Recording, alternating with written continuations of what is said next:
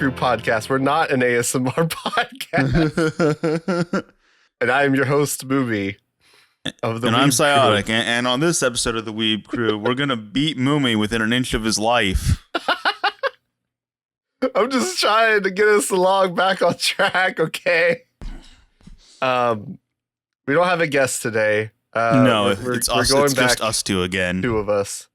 Just the two of us. I always knew we could make it if we tried.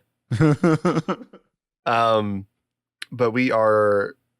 I guess today we're going back to the tried and true like anime of the year discussion. Yes. Which we did last year, and now we'll have to do again this year. We already kind of did it anyway on stream. Sort of. Kinda. Something like that. We will do this every year until we die. Until we die. Until we think of a better way to just have this discussion. I think I made it plainly clear in the last one. I really don't care that much about these discussions. No, you don't. Yeah, you don't want to do the thing like we did last year where we just go through everything we watched. No. In 2023. Yeah, there are some things that we have quite a bit to say on that we didn't make videos on. But Well, I guess before we get into like specific shows, how do we feel about like 2023 as a whole when it comes to anime? I'm pretty bearish on 2023. Pretty bearish. How I don't mean like the big muscular bearish. No.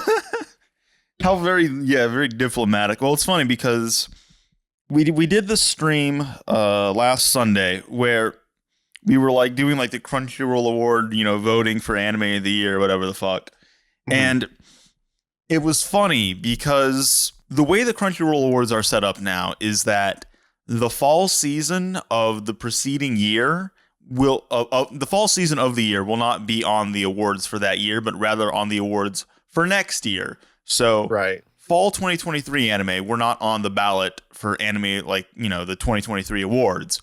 But fall 2022 anime were on this year's ballot. So they do that to like eliminate like recency bias or whatever. Quote unquote recency bias. But what's really funny about it, and this is kind of, I guess this may be like indicative of our feelings of like 2023 anime as a whole, is that we still ended up voting for fall 2022 anime in a lot of the categories just because it's a fucking stacked season. And it was, and it was either fall 2022 is either such a stacked season or 2023 was such a lukewarm year for anime that a single season in fall 2022 really ended up just overshadowing 3 whole seasons of 2023 anime. It was kind of insane.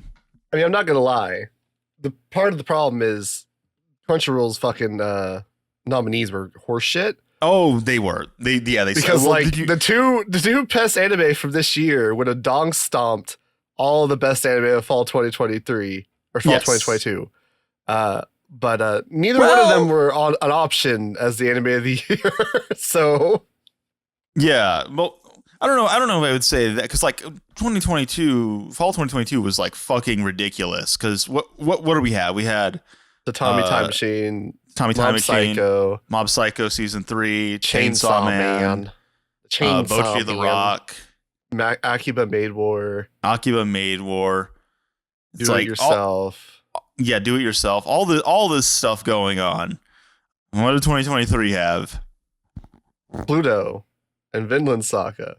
PLUTO was it on the ballot? Spoiler alert. I think both of those dog walked all of the anime we just listed. I don't know. Mob Psycho Season 3, really? I mean, I like Mob Psycho Season 3. Don't get me wrong. It's up. They're the same score in the grand scheme of things. I don't think Season 3 was quite as strong consistently as like Season 2.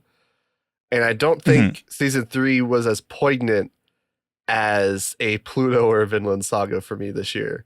That's right. Well, let's talk about Vinland Saga first then. we can start with Vinland Saga, but I do want to talk before we get into the specific shows. Like, I guess we'll start with anime of the season. Yeah, right. We did specific. Okay, but yeah, so we'll start with like winter, which is all right. You know, I don't know what you watched from winter. I think we started. I don't know either. I'm looking at it right now. But I've got like Vinland Saga, Onimai, Hikari no O, and Trigun Stampede, and Kaina. Yeah, Kaina of the Great Snow Sea. That's what we're just gonna call it, Kaina. I'm not gonna. And I mean, yeah, Vinland Saga Season 2 is kind of head and shoulders of not only just above like what came out in 2023 by and large, but also this season. This season, there's nothing really close. There's still stuff I really liked in like this winter season. I really liked Onimai. I really liked kind of the Great Snow Sea. Ippon again. Kind of was interesting. It was. It kind of is like a Nausicaa meets Polygon Pictures, I guess. Yeah, Nausicaa meets Knights of Sidonia, I guess, is a good way to sell it. I think that's like your elevator pitch. Back when it was airing. Kind of a slept on like adventure anime, I'd say. A little bit. And I think it's getting a movie too, so that'll be the movie's out, so we probably because the anime itself is technically like incomplete. The way it ends, it's like it's setting itself up for the movie, which will be like the climax of the story. But what really because unlike Nausicaa, it's not sand, it's snow essentially. And what I think what really sells kind of the Great Snow Sea is the world feels very unique. It feels very fleshed out, and I really like seeing all of the different intricacies, the way the characters like dress, the way they get around, they navigate this world essentially it feels very unique. And it's a very standard kind of like adventure story, right? Yeah. It does feel very reminiscent of like a Nausicaa. The monsters, Star Wars kind of thing, like the evil empire and stuff, and all this. Like, I mean, there are things in this you will literally go, that is literally just a character from Nausicaa. Even down to like the naming scheme. It's Nausicaa of the Valley of the Wind, and this is Kaina of the Great Snow Sea. Yeah. It even kind of has like a similar logo too, if I remember. Yeah, a bit of a similar logo. Similar kind, a lot of just overlap. So I think if you liked, I wouldn't. I don't know. I would actually probably say this is probably on the level of like the Nausicaa movie for me. I haven't read the manga, but definitely if you like Nausicaa and you're looking for something a little bit more off the beaten trail, and especially in terms of adventure series from this year, definitely check out Kaina, I'd say. I think your mileage will definitely vary on how you can tolerate a Polygon Pictures show. This is true. The show is CG. That doesn't really bother me.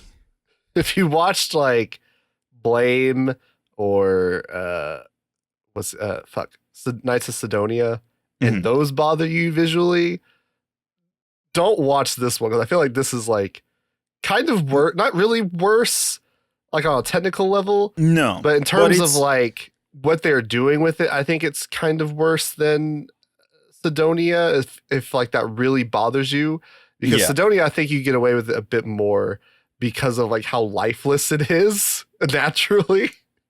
So like the robots and stuff really help a lot because it's a mech show. Whereas like this, there's a lot more like people going around. So if you watch Sidonia. On the other hand, though, if you really liked Sidonia, if you really liked Blame, it is the same creators. So, definitely check it out if those are like things that you liked. But yeah, I don't know. I liked Kaina. It's not, it's not up there with like Vinland Saga Season 2. But it's definitely better than like some other stuff from this season.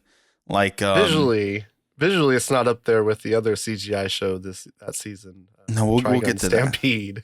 But I'm just thinking of like, because like the other like adventure show this season with kind of like a world that I really, really liked, but I was more disappointed by this anime was like Hikari no O, the Fire Hunter.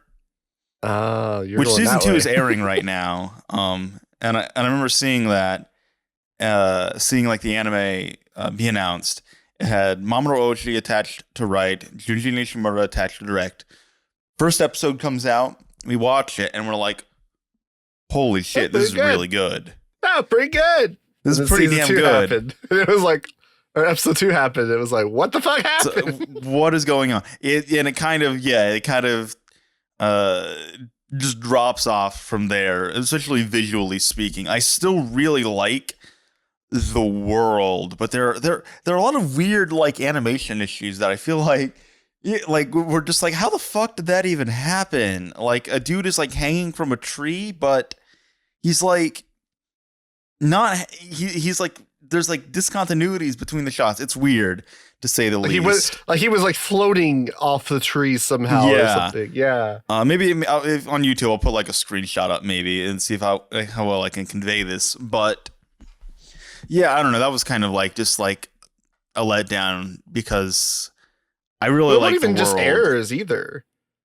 What? Like visually, it wasn't even just errors. Like there was just like weird decisions all around. Like I remember.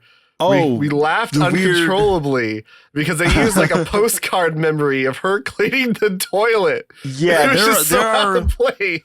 there are strange inclusions of like, Dazaki frame postcard memories in this, and their use feels almost arbitrary. And I don't really understand what the rationale was. Part of me was thinking this is a novel adaptation. Maybe these are like illustrations that were in the novel or like something similar. Yeah. But I still have no idea why you would illustrate her cleaning a toilet like in the same style as a dragon attacking a train. It was kind of schizo to be visually. This is the best way to put it. It's just like all over the fucking place. Which is a shame because visually, like the overall aesthetic, I really love. It has that. We were talking. It has that sort of like mid 2000s kind of feel to it, where the colors are very brownish, muted. Almost kind of feels like something like a Haibane Renmei kind of thing. Even like writing wise, it kind of feels like a mid 2000s, early 2000s anime. Yeah, and the way like the world building and the way it's all delivered. Yeah, it was reminiscent to me of like a Simone or like a Fantastic Children or something, and like the pacing and like the way that this stuff was kind of being delivered. Very slow, kind of methodical pacing, which I feel like also kind of bites it in the ass though, because it's also not developing things quite in the way I would have wanted either. No, I feel like things like especially character wise could have been fleshed out more. Especially with like the main girl and the guy, because the whole first season is built up to like them basically meeting and something's gonna happen. But I wanted more in terms of their characterization, maybe get me a little bit more attached to them. I wanted something. Yeah. I won't say I wanted more. I did want more, but I did want something. Yeah. I don't think it had a whole lot of anything. Right, because like I said, the world is interesting, but the way in which it's exposited and the information is delivered to the audience kind of saps that interest for me. Unlike something like Kaina, where Kaina is very much like a show don't tell kind of thing. In a very like Mamoru Oshii kind of fashion, Hikari no O is very much tell. Yeah, that's a very Oshi thing to do. Yeah, but you alluded to the other CG show this season. The polarizing stylistic choice to make classic Trigun. Yeah, polarizing in a lot of ways, I'd say. Trigun Stampede. Well, what did you think about Trigun Stampede? So oddly, I don't like CGI. But yes, visually, I thought it was good. Yes, They utilize the CGI well. It's Studio Orange. For the most part, so that kind of is to be expected. Right. Orange is kind of the industry standard as far as like a CGI adaptation is outside of like movies. This specific kind of CGI, definitely. Yeah. It's good visually. It has great like background art. Yes. Good use of color. They utilize the CGI well again. Solid like action. With like the pacing of the action, the way they utilize like the 3-dimensional movement for the lot of tracking shots. If you've seen like Land of the Lustrous or you've seen Beastars, a lot of this is going to seem very familiar to you visually. Right. Writing wise, I've not read the manga for Trigun. I've not even seen the original series. I forgot about that. Yeah. I've not read the manga, but I've seen people like do kind of comparisons and stuff. And it seems like this kind of takes similar beats, but like it's still even different from like the manga. Did not like this one. I did not like this story at all. It's weird to me because my image of Trigun is like a comedy, and this doesn't really have much comedy. It's a lot more serious. They definitely like I don't know in the manga like how much Vash uses like his little personality of like happy-go-lucky thing as a coping mechanism.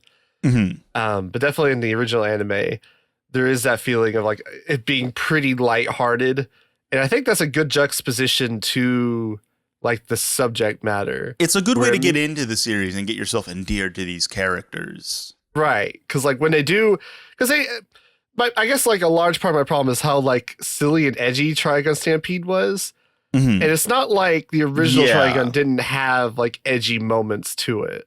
But I think that they were mediated a bit better because more of a there was like that there. range. Yeah. Like it was like, it had the comedy.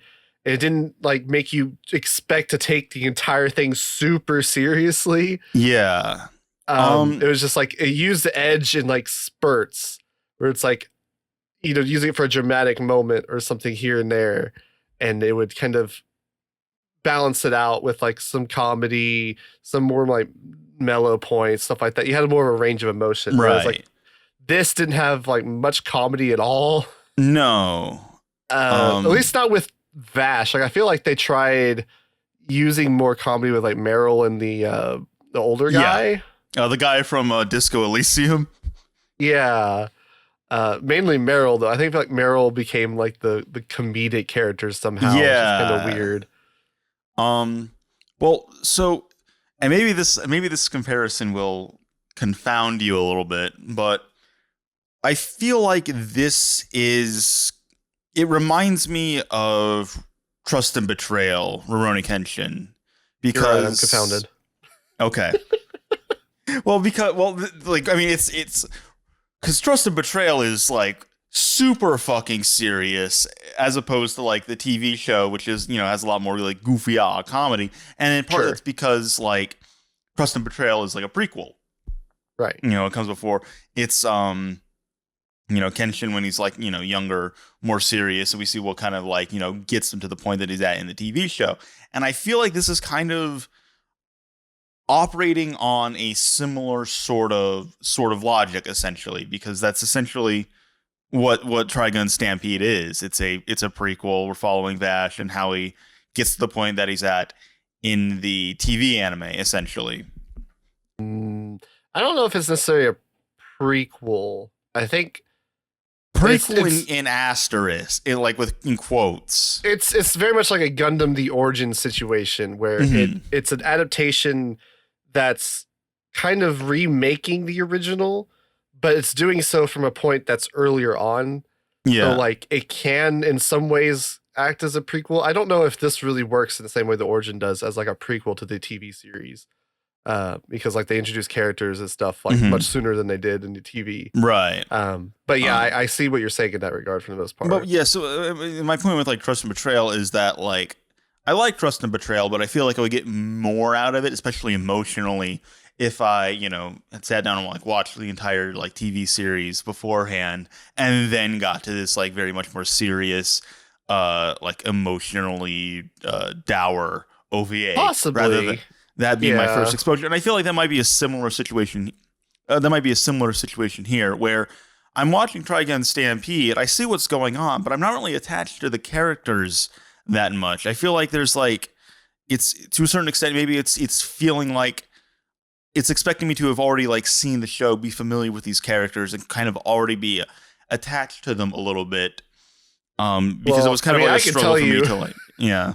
So when I watched the anime, that didn't really help. So if that's what you're feeling, rest assured, it doesn't matter. We're all in the same boat with this one. I mean, so I think you gave it like a 6. I gave it like a 5. You're still a little bit more positive on it than I am. I think with the last couple I don't know. episodes, I feel like I might even give it a 5, but it's just like, I think with the action, I think I just bumped it up to a 6. With the last couple episodes, I think my opinion of it got bumped up a little bit more, just because I liked the pathos a little bit with those last couple episodes, but sure. But yeah, I don't know. This is kind of like me, just a lukewarm thing for me, where I'm like, I don't really care about this plot, and people are getting butchered left and right, and I'm kind of rolling my eyes at it, and I'm like, I mean, that was a very edgy character. That was me with Onimai, minus the edgy butchy part. I want to say, what the fuck are you talking about with Onimai? I liked Onimai. Onimai was like so cute and nice. I mean, it felt a bit too skeevy for me to feel like it was too nice, which I guess people would be like, "Oh, filtered," but yes, filtered, tourist, normie, casual. I mean, I get that to an extent. I think what's funny is that like the first episode lays it on thick with the fan service, is what I'd say. And I mean, there's fan service like later on, especially in like the final episode where it's like, holy fucking shit. She literally Mamma mia, what are you doing here? Get this on my fucking lap. It turns me into a vulgar Italian. I don't know if that was an Italian accent. And Mamma mia. It sounded like a Brooklyn Luigi. Like the Italian mobster out of Brooklyn. Well, the tomato. Tomato. Yeah, forget about it. Anyway, but I feel like the core appeal of the show, and what's interesting is like, I don't want to like be like get into like the whole discourse of like, is my hero trans or whatever. That's not, I don't know, that's really my place. But it is interesting watching it, because I think I can see the appeal if you're someone who has like, maybe like issues with your gender identity, to watch a show where, you get turned into a little girl and then that solves all your problems. Yeah, I don't think that's necessarily the intent. I mean, I can't speak for sure about the intent, but generally I wouldn't think that was the original intent, but I don't think that necessarily means much. Like, death the author, I feel like right? I feel like it is to a certain extent, but I mean that appeal can exist there either way, really. I think it is supposed to be like, the intent is to explore like gender in a way. I don't necessarily think it's meant to, because I guess like the gender of the author is unknown. So it's not even, you can't even like speak to like that. But I wouldn't, just knowing kind of generally where Japan is and like where their media has been, I wouldn't think that this was like actually meant to be like a trans kind of representation. But I do think it is like meant to be exploring these kind of issues. And I do think it's like, obviously you can read that kind of message out of it because it is reflective of that experience if you are trans, right? Like, absolutely. Yeah. It's death of the author. Again, like, it doesn't matter what the intent necessarily is, but people have to like argue about like, oh, well, that's not what's intended. It's like, well, maybe not, but like, it doesn't mean that that's invalidated.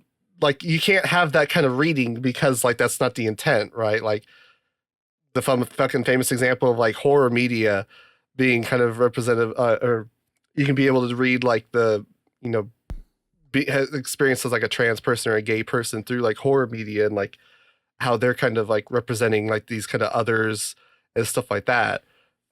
Obviously that's probably not the intent for the most part, but like that doesn't invalidate that reading, right? And but also there's Connie. But also there's, I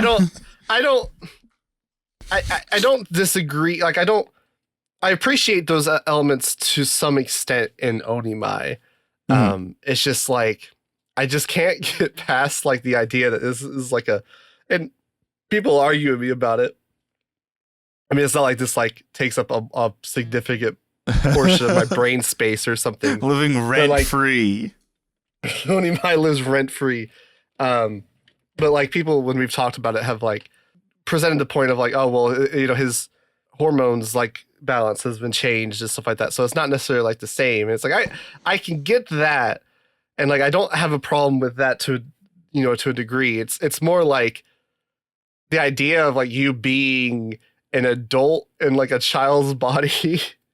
It's like, yeah, your hormones are different, but like you still have like it's like extends to like Mushoku Tensei. Like people had the same kind of thing with that, right?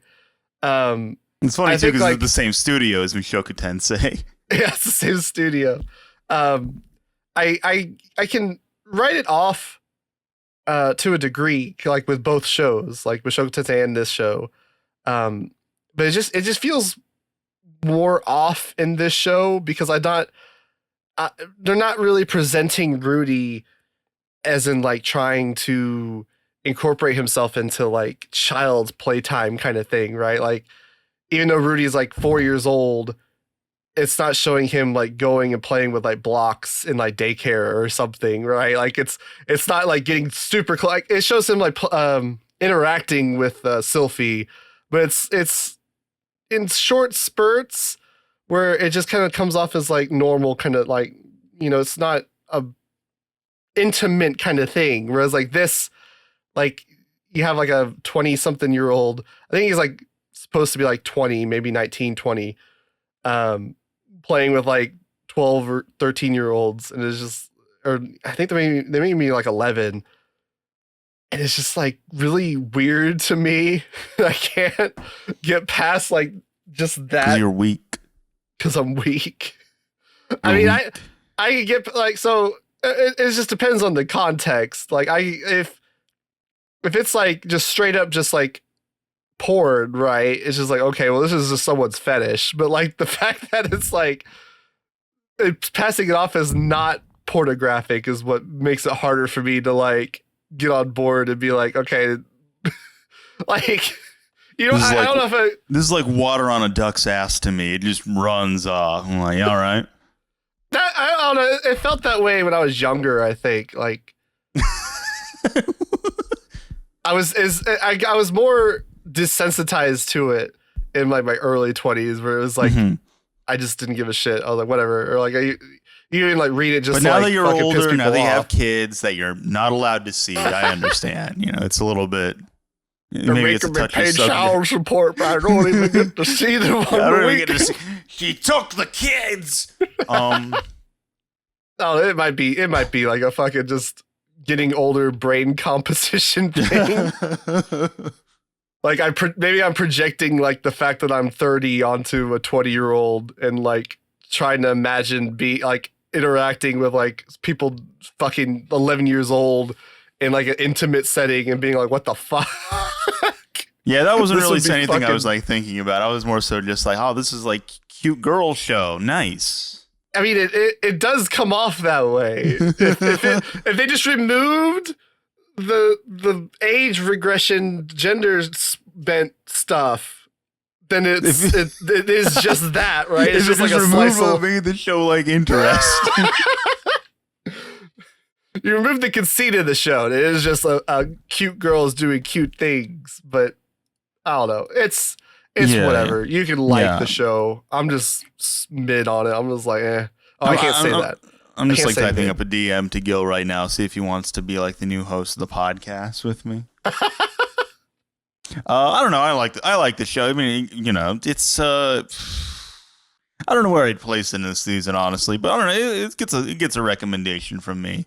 Well, it's definitely like Head and Shoulders below Vinland Saga. I guess it's kind of similar to like Kaina, where it's like you'll know if you get filtered by it or not real fucking fast.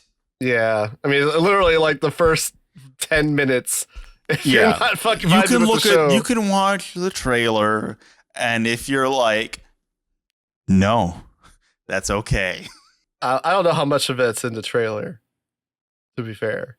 I don't know. I mean, definitely the idea of it is in the trailer. I don't know if like they do like the fucking was it the Tom the Cat thing that we had in the short? I don't know if they do that in the trailer. I don't know what's going on with that. That ED's a whole other thing. No, not the cat dancing. I mean, like in the short we did, I put the artist representation of Tom the Cat instead of having just a fucking butt doing the fucking Twitter pose. I was like, oh god. Oh, that's gonna need to be censored for the YouTube release. Can't say that on YouTube, ladies and gents, but we can on Spotify. I mean, you can say all of those words on YouTube. You just can't say them in that order. Yes. Speaking of things you can't say in that order, Vinland Saga Season 2. I don't even understand the joke there. You're just trying to find a transition that doesn't exist. Speaking of trans characters, let's transition to our next show. Vinland Saga Season 2. I think this is by far both of our favorite shows of that season. It's not even close. Yeah, it's this year. There's PLUTO and Vinland Saga, and then a wide chasm and everything else. Yeah, there's not because like 2022, 22 had some really great anime in it, but I feel like there was a little bit more of a gradient. A little more, things were bunched up a little bit more together still. So you had some great stuff, some pretty great, good, yeah, whereas this is like there's some good shows that came out this year, and then there's these great two shows. Yeah. Yeah. And then then there's like the what we call peak fiction. Peak fiction. Peak fiction. Yeah, I don't know what your opinion on season 1 was, but I liked it all right. I really liked season 1.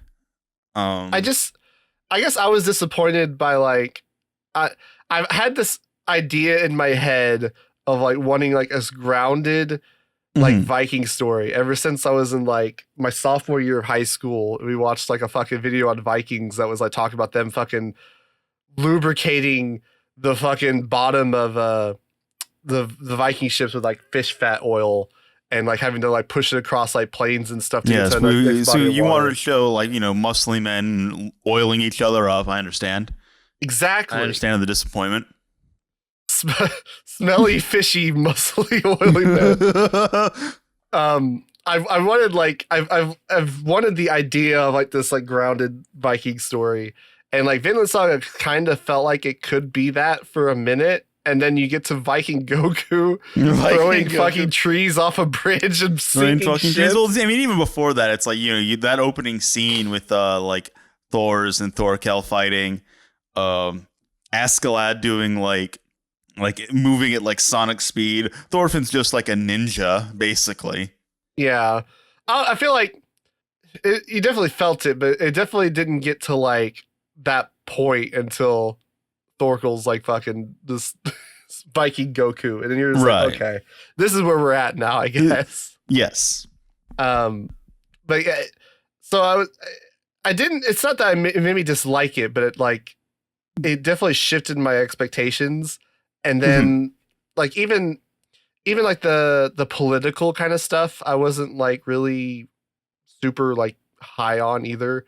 Because like, I mean, they spend a lot of time like just as an off example, since we're talking about season 2, if you haven't seen season 1, well, sorry, I guess you're gonna get spoiled on like the last bit. But like, skipped Konata. What can they skip to? Seriously? What am I, your fucking slave? Skip to 44 minutes and 37 seconds if you haven't seen fucking Vinland Saga, I guess. Skip to that. We're using her for that now. Yes. We're not just fucking fact checks. Right. But they so they kind of build up like this whole political scenario where like, oh well, we had to navigate it this way, or like things could go bad or whatever, and they spend like a whole episode talking about like what they could do, and then like it just ends with like that whole thing just going out the window. Just like, oh well, just kill the guy, I guess. Okay, and it's like it makes sense in the moment. Like it's not like you can't like rationalize it. It's like, oh yeah, well it just kind of goes to show like all their scheming doesn't really mean much or amount to much. Like just a whim can like fuck up all these plans, stuff like that. Like there's definitely an element of that there, but like even I'm just saying like even on that level, it kind of like is undercut to an extent where I'm like, oh okay, I guess like so it's like there was less for me to appreciate about season 1. So like going into season 2, I wasn't like really sure what to expect, I guess. But now do you see why season 1 is like that? Now I see that season 1 is called the prologue. Yes. Because you need a lot of that, because so much of season 2 is then a reflection on the events of season 1, essentially. Yeah. So like even in retrospect with like when I see what they're going with like season 2, it helps me appreciate like even like the Viking Goku shit, right? Because like you need that context of like seeing these larger than life figures doing these like incredible feats kind of thing to contextualize like what's happening in season 2 better. Right. Where you're like, oh, Thorfinn was like on this level with these people, and now he's like just among the peasants and the you know. Because like I mean, Thorfinn isn't really much of a character in season 1. He's this like angsty little shit who's just trying to find his next opportunity to kill Askeladd, but just ends up tagging along with him anyway because that's all he really has. And then where like at some point it's just literally just an excuse for him to tag along with Askeladd. It's like, oh, I'm gonna kill you. And even Askeladd's like, okay, yeah, whatever.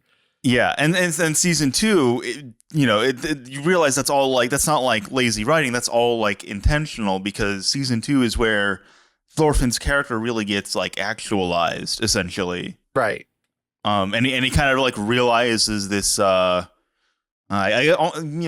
basically Askeladd is like a second father figure to him. Is kind of the revelation that he kind of comes to at one point. Yeah. There's definitely a lot of like really great stuff in season 1. It's just it almost takes like the season 2, like the events of season 2 to like really bring those the great things in season 1 out. I mean, obviously you spent the time to like sit there and parse through it in season 1. But it's you just need that because like you need that sort of like total war element to season 1 in order to like then have like this reflection on it in season 2, essentially. Right. And I think what season 2 basically is in its entirety. I think it was funny because I think we both thought it was like good. We stopped watching it together like halfway through or so. Right. I think we both thought it was good, and then we both had the same reaction of like, was episode 8? Where it's just like suddenly like was like the fucking best episode ever. We're just like holy shit. Like this is like easily anime episode of the year. Is this one episode? I mean, to a certain extent, I've come to expect this kind of like the way Yukimura handles his like characterization is very similar between, even though they're like very disparate in terms of like setting and tone and even just structure. Planetes and Vinland Saga still handle that sort of characterization in a very similar way. Right. You look at like you could draw very easily like kind of like draw parallels in that regard between like Thorfinn in Vinland Saga and like Hachimaki in Planetes, essentially, where he really likes these like he really likes these sorts of like big like humanistic kind of realizations of like your place in the universe, essentially. And that's not even like I've been reading not Vinland Saga, Vagabond here recently, and that's kind of like the focus of that one too, which is it's interesting that like both mangaka kind of started with like they did Planetes, and then the mangaka for Vagabond did Slam Dunk. Very different series. Yeah. Very different. And then they both did a historical piece. Yeah, they both did like a historical piece. Not even set in the same century. But set in like, similar kind of like warring times, essentially. And they both have very similar themes of like existentialism and stoicism. They both have very obnoxious fans on Twitter. That was interesting. That was fun to watch because, like, I mean, to a certain extent, everyone who's read the manga predicted this, that when season 2 comes around, people who liked season 1 for very specific reasons are going to be very disappointed when they find out that we're now playing like Facebook Farmville for 20 some episodes. Farming. This isn't the action I signed up for. Thorfinn's a badass. Why is he a slave? You know, why is Thorfinn just accepting being a slave? He could kill everyone here. And it's so to a certain extent, you know, people were like that reaction was more or less to be expected. But then to actually see it, like, because like that's such like a stupid like viewpoint to have, really, where like it's really missing the forest for the trees. So I didn't really I expected people to have it, but then actually seeing that response happen in real time, I was like, holy fuck. Western civilization is dead. It's so over, guys. Well, it definitely shows like a disconnect in like how people consume media. Right, yeah. In terms of like people who really want the power scaling stuff. You're not right. I mean, you do get that. There's really solid action still in season 2, but now you need to sit with characters talking about their feelings. Well, they utilize the action, like really, the action is utilized really well to like dramatic effect. Like they withhold it from you for a lot of it, and you're just like waiting for like, is Thorfinn gonna like fucking kick this guy's ass, and then like. It kind of teases you a bit with it, and then like it pulls it away. It's like, oh no, not yet. And then like when he's having to defend the guy in the cart, it finally gives you like that release of like seeing Thorfinn like just kind of show like who he was, and you're just like, oh this is so fucking cathartic. Because he's like Snake is like piecing together like what is this stance he's doing? You know, it's not a sword. It's not like a mace or anything. Daggers? Yeah. But it lets you know he's still got it, which then kind of it does a really good job to parallel like Thorfinn and his father essentially, because you know Thor's was also like this like legendary warrior who then also is like going through extreme lengths to avoid fighting, right? Which then culminates in like, you know, the grand thesis of this season, you know, everyone posts this fucking panel, you know, the you have no enemies thing. I have no enemies. Yeah. Yeah, that was a fucking great season. Yes. I don't think we could do it justice on a podcast where we're just kind of talking off the cuff. Off the cuff. No, this is something we really got to dive deep into the bowels of. And the story is nowhere near completed, by the way. This is where I don't even know if season 2 really ends halfway through like the manga still, because it's just this long sprawling story. It's really funny. Yeah, like season 1, which is still 2 core, is the prologue. It's kind of insane to think about. Yeah, I haven't read the manga, but like just from what I can like tell, it seems like we're like this might not like there might be enough material right now for like 3 more 2 core seasons. Yeah, well, because it's like season 1 is the prologue. Season 2 is like your first act essentially, where it's like now our main character Thorfinn is like a proper character. Now he now knows the goal in mind to be working towards. So now we have like a way to like something to structure the rest of the story around essentially. Yeah, like he had to actually like work towards 0 to build up this character. Yeah, exactly. Yeah. But yeah, I guess that's winter. that's the winter season. Yeah, I don't know. I watched like 2 other shows. We watched like, I don't know, Tondemo Skill fun show. It's gay. It's a gay man Was and a that wolf winter? raising a slime. That was winter. I think that was spring. No, it was winter. Yeah, that was a fun show. That was cute. Not a lot to say about it. It's just Not a lot to like say. I feel like people like will shit on it because it's isekai just like from the outside, and they're just like, oh, look at this isekai about cooking shit. And it's like, I don't know, dog. It's just fun. Just give it a shot. It's like if you like Dungeon Meshi, it's kind of like that, but not like as autistic. It's not. It didn't have the Ishizuka reviewers element. It's just like a cooking thing, where it's just like him making fun food for his friends. Yeah. And then I'm still watching. I need to finish this because I do like it. Mo Ippon, which is like this like cute girls doing like a judo thing. Not the best animated. It's incredibly limited. But god damn it, is if it's not fucking endearing. It is pretty cute. Yeah. And it's a unique subject matter. I also like the character designs quite a bit too. They're very unique in that they're kind of like chubby and wide. They're thick. Yeah, no, they're not wide. That's the Hidamari sketch girl. That's the Hidamari sketch thing. But yeah, I don't know. It's a cute show. If you want something, if you want something with like a strong feminist angle to it, I don't know. Check it out. It's a nice show. It's kind of slept on too.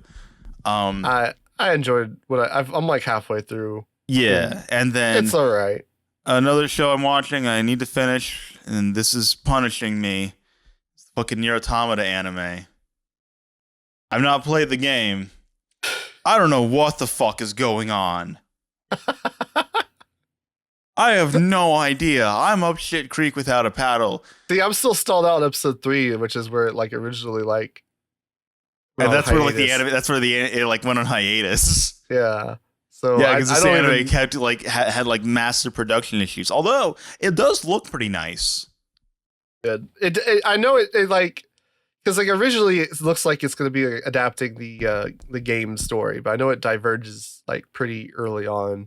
Yeah, it doesn't. So I think because when we were watching it together, I was literally after every episode I asked you, "Can you explain this to me?"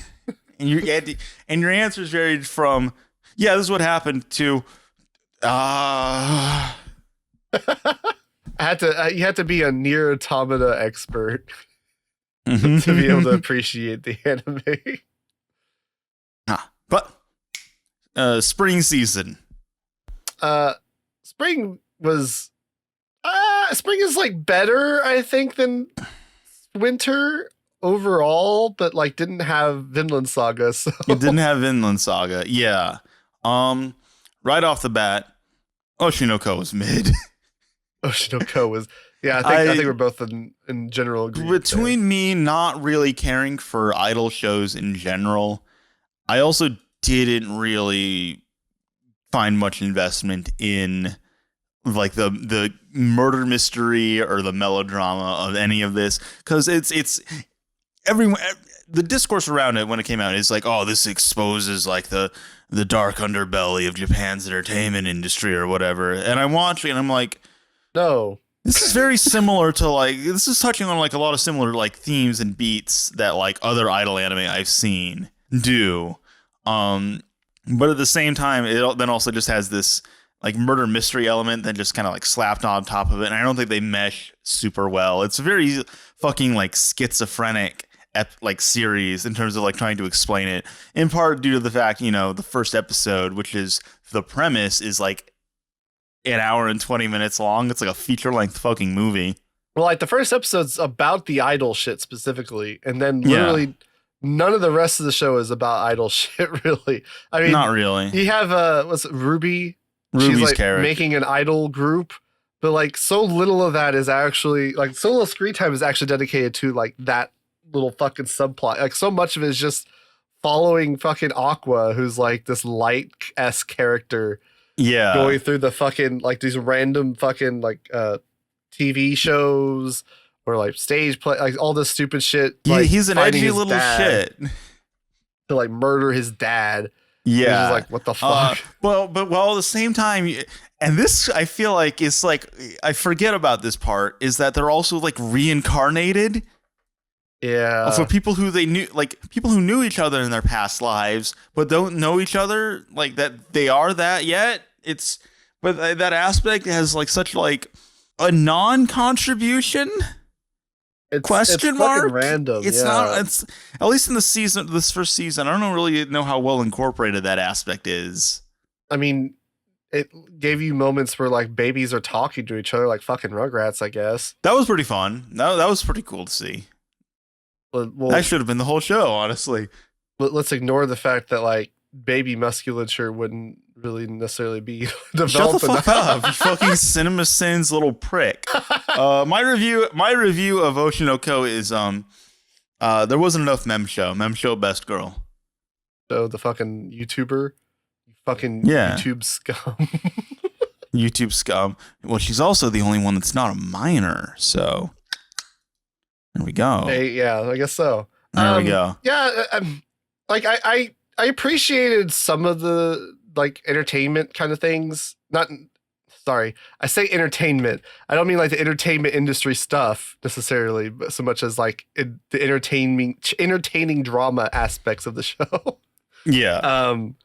It does get really fucking like silly where it's like Aqua's like fucking stalking some bitch out in the fucking rain to like save her from committing suicide.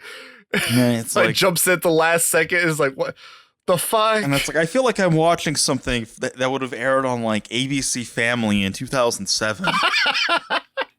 That's the like, it's so toothless with like its quote unquote scathing criticism of the Japanese idol entertainment industry. Like, yeah, what is it like? It really bullying? feels like the.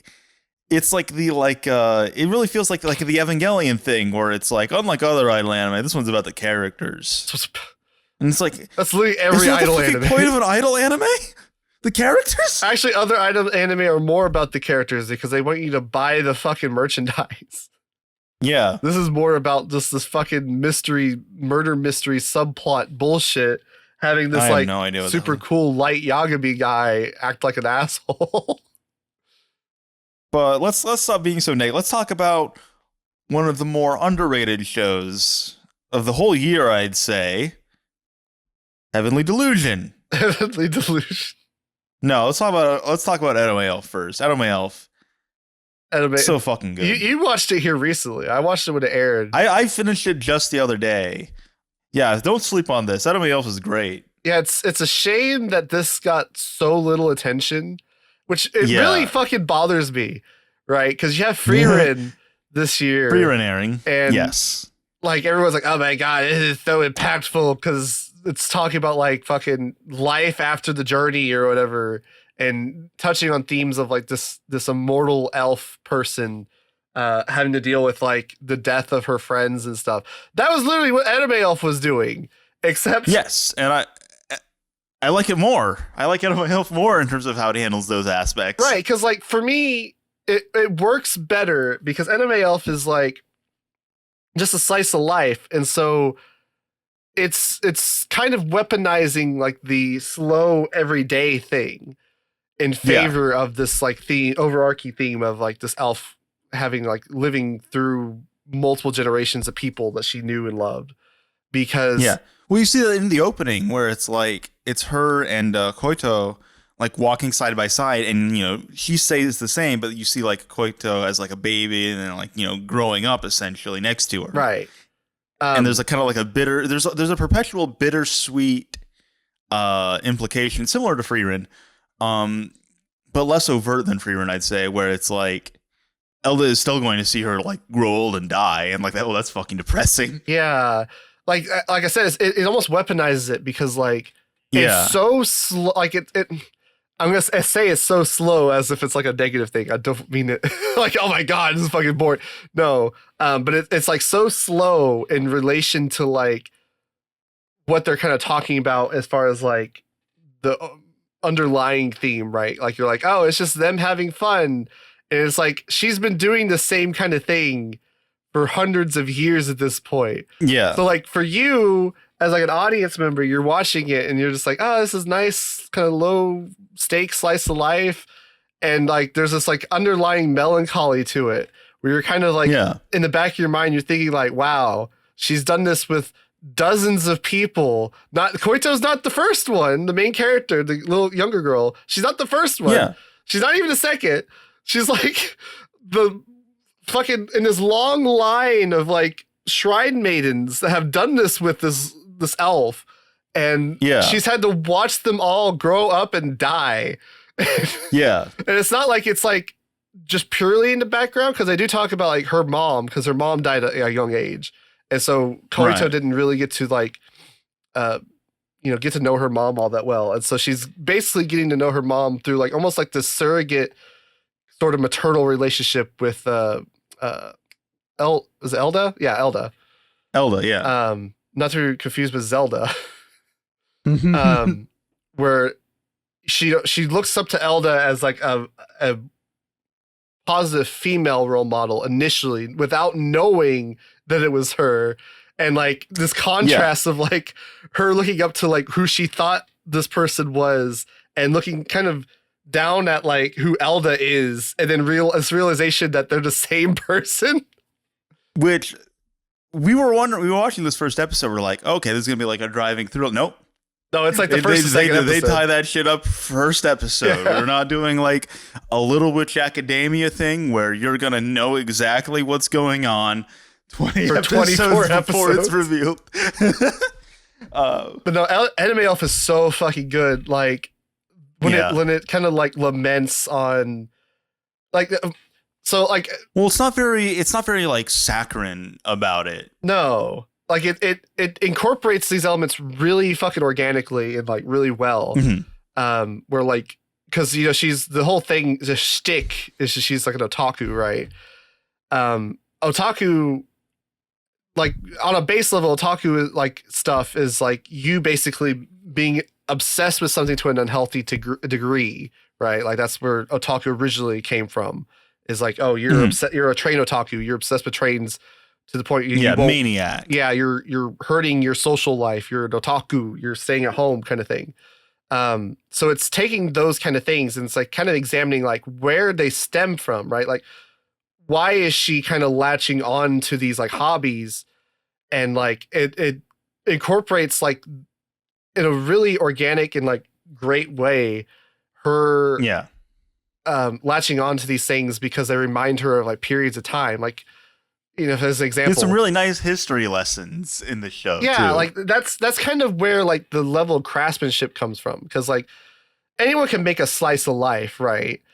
But like this attention of detail that really like helps like sell a slice of life show. Like it's what kind of elevates like a standard kind of slice of life from like a yashike for the most part, right? Like you can't have like an yashike without like some kind of level of detail for you to kind of like ponder on or pontificate on in the background while you're watching the show. And Edomae Elf kind of provides that in like how she latches onto like an example, like these gachapon figures. And she starts going off on ramblings about these gachapon figures that come up very organically in like an otaku way. Like, oh, like right now, right? Like me rambling about this fucking show, like, oh, I'm really into these details or like the history of these fucking gachapon figures and like where they kind of came from and like the first gachapons and stuff like that. And then like it comes off as just like her being an otaku. But then you think about like, oh, she was literally there. Like she's latching on to this because she was there. She saw it. She liked it at the time. And now it's like almost like an unhealthy obsession because like it's her latching on to like that last kind of remnant of like that time period. And not wanting to like, face the outside world that's like changing around her. And like, sometimes you can hear people talk about this kind of thing and you're like, oh, you're kind of like overthinking it. Like this show, it's built into this show, right? It directly kind of absolutely tells you this stuff. It's not like explicit, like a Frieren. It's not like, oh my God, this is the most like impactful thing ever. It's the saddest. People think we hate Frieren now. It sounds like we hate Frieren, but no, it's just like Edomae Elf is just like so much more respectful, I think, of its audience to me, where like it gives you those moments that Frieren kind of denies from you of, like Frieren, like there was like a moment I remember that stood out where it's like, oh, she learned that grape spell because like the dwarf really likes sour grapes, and so she learned a spell to like make grapes more sour, and then they just like literally spell it out for you, and it's just like, oh, thanks. like I like having those moments of like being able to put stuff together, and Frieren kind of. I feel like there's a bit more going on that personally I'm interested in when it comes to Edomae Elf and Elda's character versus Frieren, in that she is like, you know, overtly, and I mean to a certain extent, like Frieren herself is like an otaku with all these like weird spells and knickknacks she collects, but yeah, she has that same kind of element to her. Elda is explicitly like an otaku, as like we would like think of one, right? Like otaku media, and that so the layers that get added on as a result of that, and the fact that it's set in the real world and all this going on, I think it leaves a little bit for me to chew on. Whereas something like Frieren, you know, it is set in a fantasy world that kind of takes something from me in terms of where my interests lie when it comes to analyzing media. Yeah. And it's almost like inevitable you have to compare the two, but we'll get to Frieren a bit more when we actually get there. Well, yeah, we don't hate Frieren. I don't know. I actually really like Frieren, but between Frieren and Edomae Elf, it's like PLUTO and Vinland Saga Season 2. Those are like, you know, the heavyweight champs. But then, you know, we got like Otaku Elf down here, Edomae Elf. It's like a featherweight champ, you know. It's still a champion. Yeah, it's a bad weight. Maybe not like. It's like Ashino Joe. Yeah, you know, maybe not like the most prestigious weight class, but it's pretty still respectable. Respectable champion of spring 2023. Now we can talk. Now that we've gushed enough. Let's talk about fucking Heavenly Delusion. Yeah. A show that I still don't dislike it. No, I think it's fine. I have very mixed feelings on this fucking show. Yeah, I remember we got into a discussion about it when you first watching it. There's so much. What I would say is that it really reminds me of like, have you seen like the Maze Runner movies? Yeah, like the young adult kind of stuff. It kind of has that vibe to it, which it's really funny to then see people like praise this and like, oh, well, one, hype it up as like a hidden gem, which what fucking crack are you smoking? Evidently Gil literally had like co-workers, like his normie co-workers bring this up to him at work. So that, you know, I don't know how fucking underground the show is, but also, yeah, I don't know. I feel like there's even stuff in here that reminds me of like Sword Art Online, and people cook Sword Art Online for this shit, but for some reason it gets a pass now because if this show was animated by A1 Pictures in like 2015, people would be fucking eviscerating it, is what I would say. Because, you know, but because it's like, you know, we're so far removed from hating and clowning on SAO now, you know, shitting on stuff like Darling in the Franxx, that we've kind of moved on. But the elements are still here, you know, we still like, this very much reminded me of Darling in the Franxx with the stuff in the school, the institute and all that, and the way these like kids are interacting. I would still say it's handled better, and I like the way it's set up more in this than Darling in the Franxx, at least. But there's still elements that bother me and kind of like, you know, irk me. And on the subject of it being like a hidden gem, it's like 430,000 people on my anime list. Yeah, fuck off. This like is top 500. So it's like, okay, that's where it's coming from, where people are like, well, it's not the top 100 or top 200. But it's like, no, that's not even close to a hidden gem. But I finished it, and to a certain extent, you know, this is a mystery show. And what I'd be worried about talking about a mystery show is that, you know, we're going to spoil stuff. But I finished this, and my response was, that's it? That's it? That's it? This feels like, it ends very, like, anticlimactically almost, where it feels like this is almost like the first half to a split core show. Because it feels like not a lot is really explained or expanded upon. And then it doesn't really feel like a ton is achieved either. Well, the argument's going to be like, well, it's a manga adaptation, and like they can adapt more, and then it will kind of do what you're saying, or like you just read the manga. Yeah, but it does make for, because like even still with a lot of manga adaptations, you'll still want that. They'll still be structured. They'll still be set up. Maybe they'll move some events around such that you kind of have like this sort of like climax, and this sort of like complete experience in just one season. This doesn't really do that. To a degree, I would say it kind of does, because like you got the initial kind of, it's almost like Hunter x Hunter, where the initial thing is like, we got to find this guy, and then they find him, and then the initial thing for like the other subplot is we got to get out, or what's going on with the school, what's beyond the walls, and then they get outside the walls. So it's like kind of to a degree. Yeah, then there's a lot of stuff too that it's like, okay, there's some fairly obvious things going on here, to the point either you can, and we talked about this, and I guess we won't spoil them exactly, but there were things that we either predicted just based on foreshadowing the show, or me just having like cynical expectations of being like, that's what's going to happen, because this is a dark, edgy show, and then that's what happens. Or making predictions in terms of like some of the answers to the mysteries, or like what these like what's going on with these like man-eater creatures that are roaming about. Yeah, fairly obvious stuff, I'd say, if you've seen like an anime before, in a similar sense to like the reveal in Shinsekai Yori, which I won't spoil still, but I was like, that's a reveal? I thought that was just obvious. Well, you duh.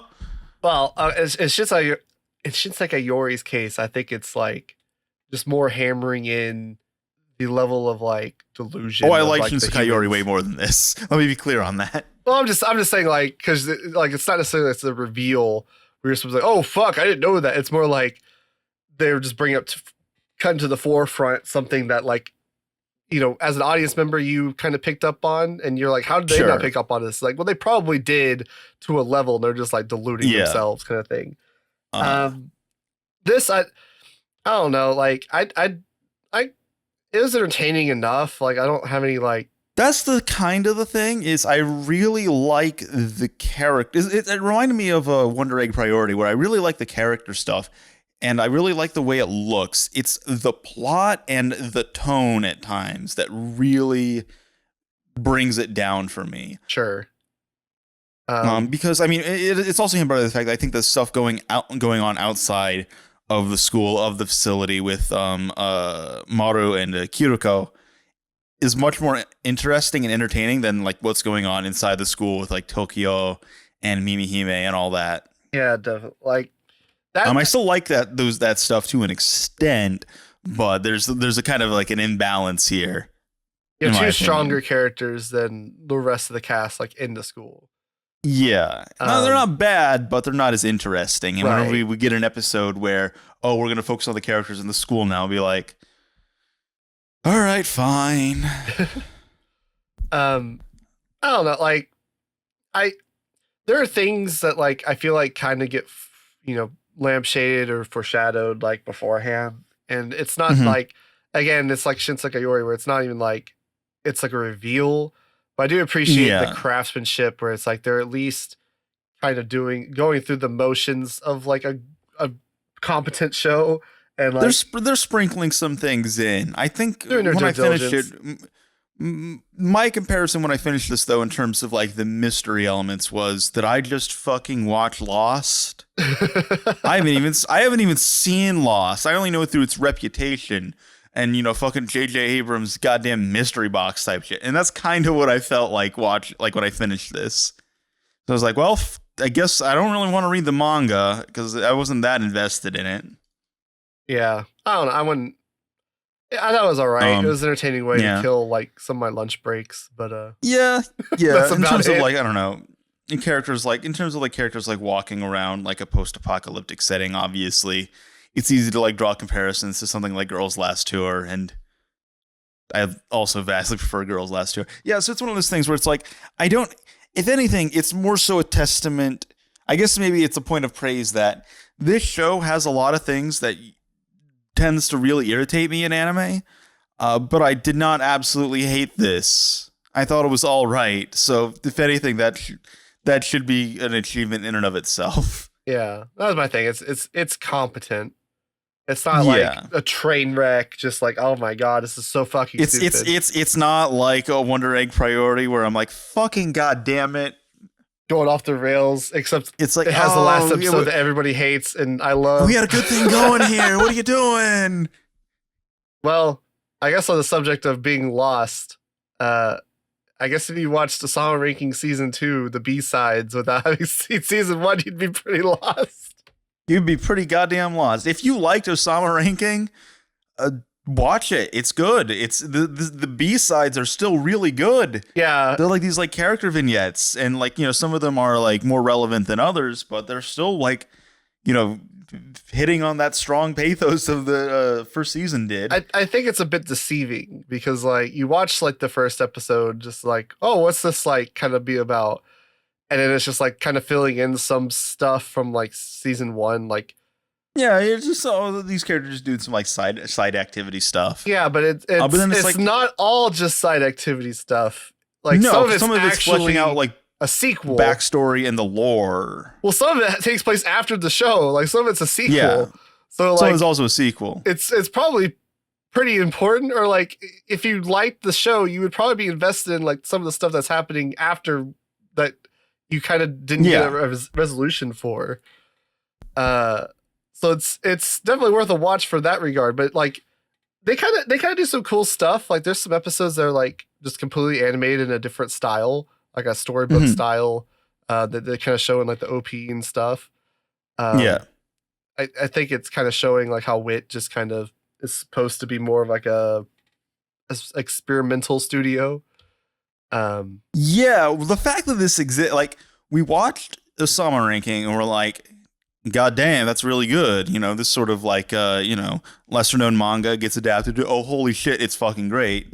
Yeah. And it does pretty well financially. And then they announce this and we're like, oh okay, this will be like a TV short kind of thing. You know, there's like some little like short vignettes. No. What do you mean it's like full episodes? What do you mean there's 10 of them? What do you mean there's like a full season? Like the fact that this exists is so fucking weird. Yeah. Because like usually like the way this would work is like it'd be like an OVA. If you get like one OVA episode or something like that. Right. That's like the model you would typically expect. But no. Wit is just doing weird shit with this where it's like I'm glad this exists. I don't know why it exists. Wasn't Wit going into debt or something? How are they making money off this?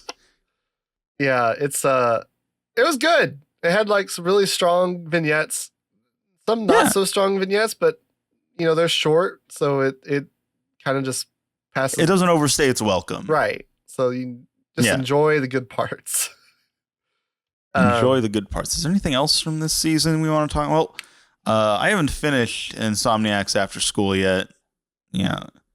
It's all right. It's cute. I wish you utilized the Insomniac element more. See, you're watching the Insomniac After School romance, but you should have been watching the Skip and Loafer romance. Tell me about Skip and Loafer. We all know you want to talk about it. I don't really have a lot to say. Like, I think it does some good things.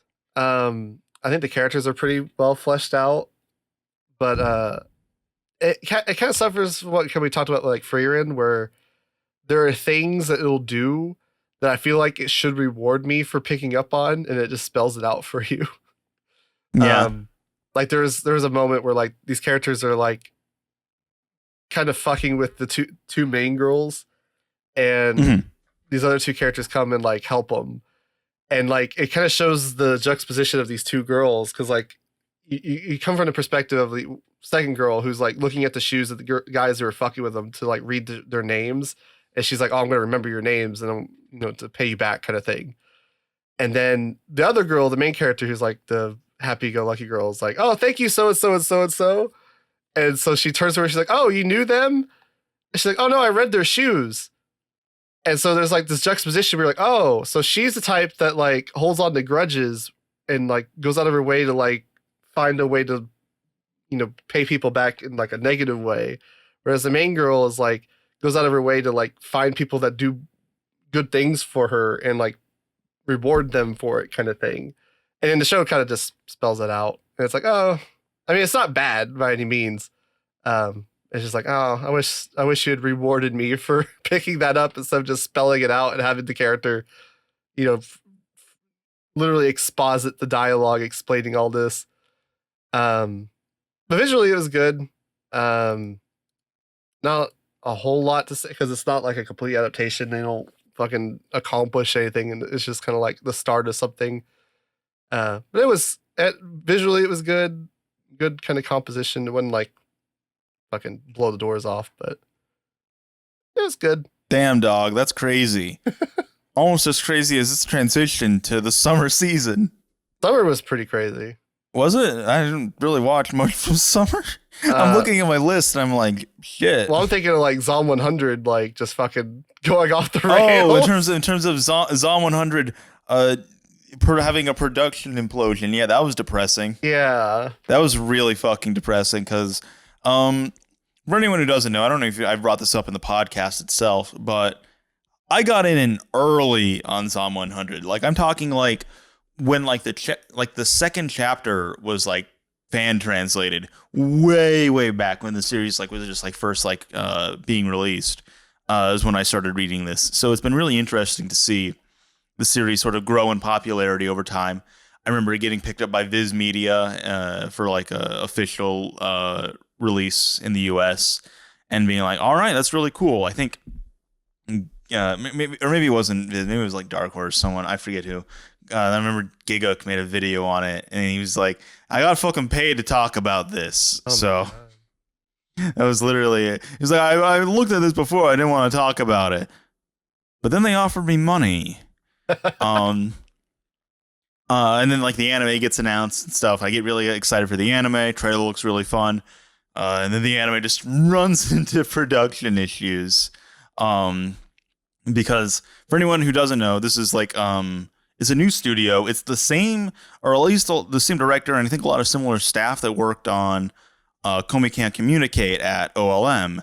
So that looks fairly. It has like a lot of similar like tricks that Komi uses, but because it's a new studio, and if you listen to the last episode, this ain't the best time for new studios in this anime industry climate right now. So it ended up hitting a lot of snags. Not unlike Nier Automata, not unlike Isekai Oji-san last year. So it was really unfortunate that happened. But it ended up finishing by the end of the year. I think the last few episodes came out around Christmas, and for what it's worth, I think it's a pretty solid adaptation overall. Yeah, it wasn't terrible. I was pretty pleased with it, with how they handle different kinds of things, because you look at the manga covers and it's similar kind of thing to Chainsaw Man, where these big bombastic colors and all of that, and I think the way they incorporate that is it's interesting enough in terms of like having like the zombies, instead of being covered in blood, they're covered in like all these paint blotches and stuff. Yeah, it's like someone's shooting with a paintball gun. Someone shot him with a paintball gun. Well, I guess that's all they have in Japan is paintball guns.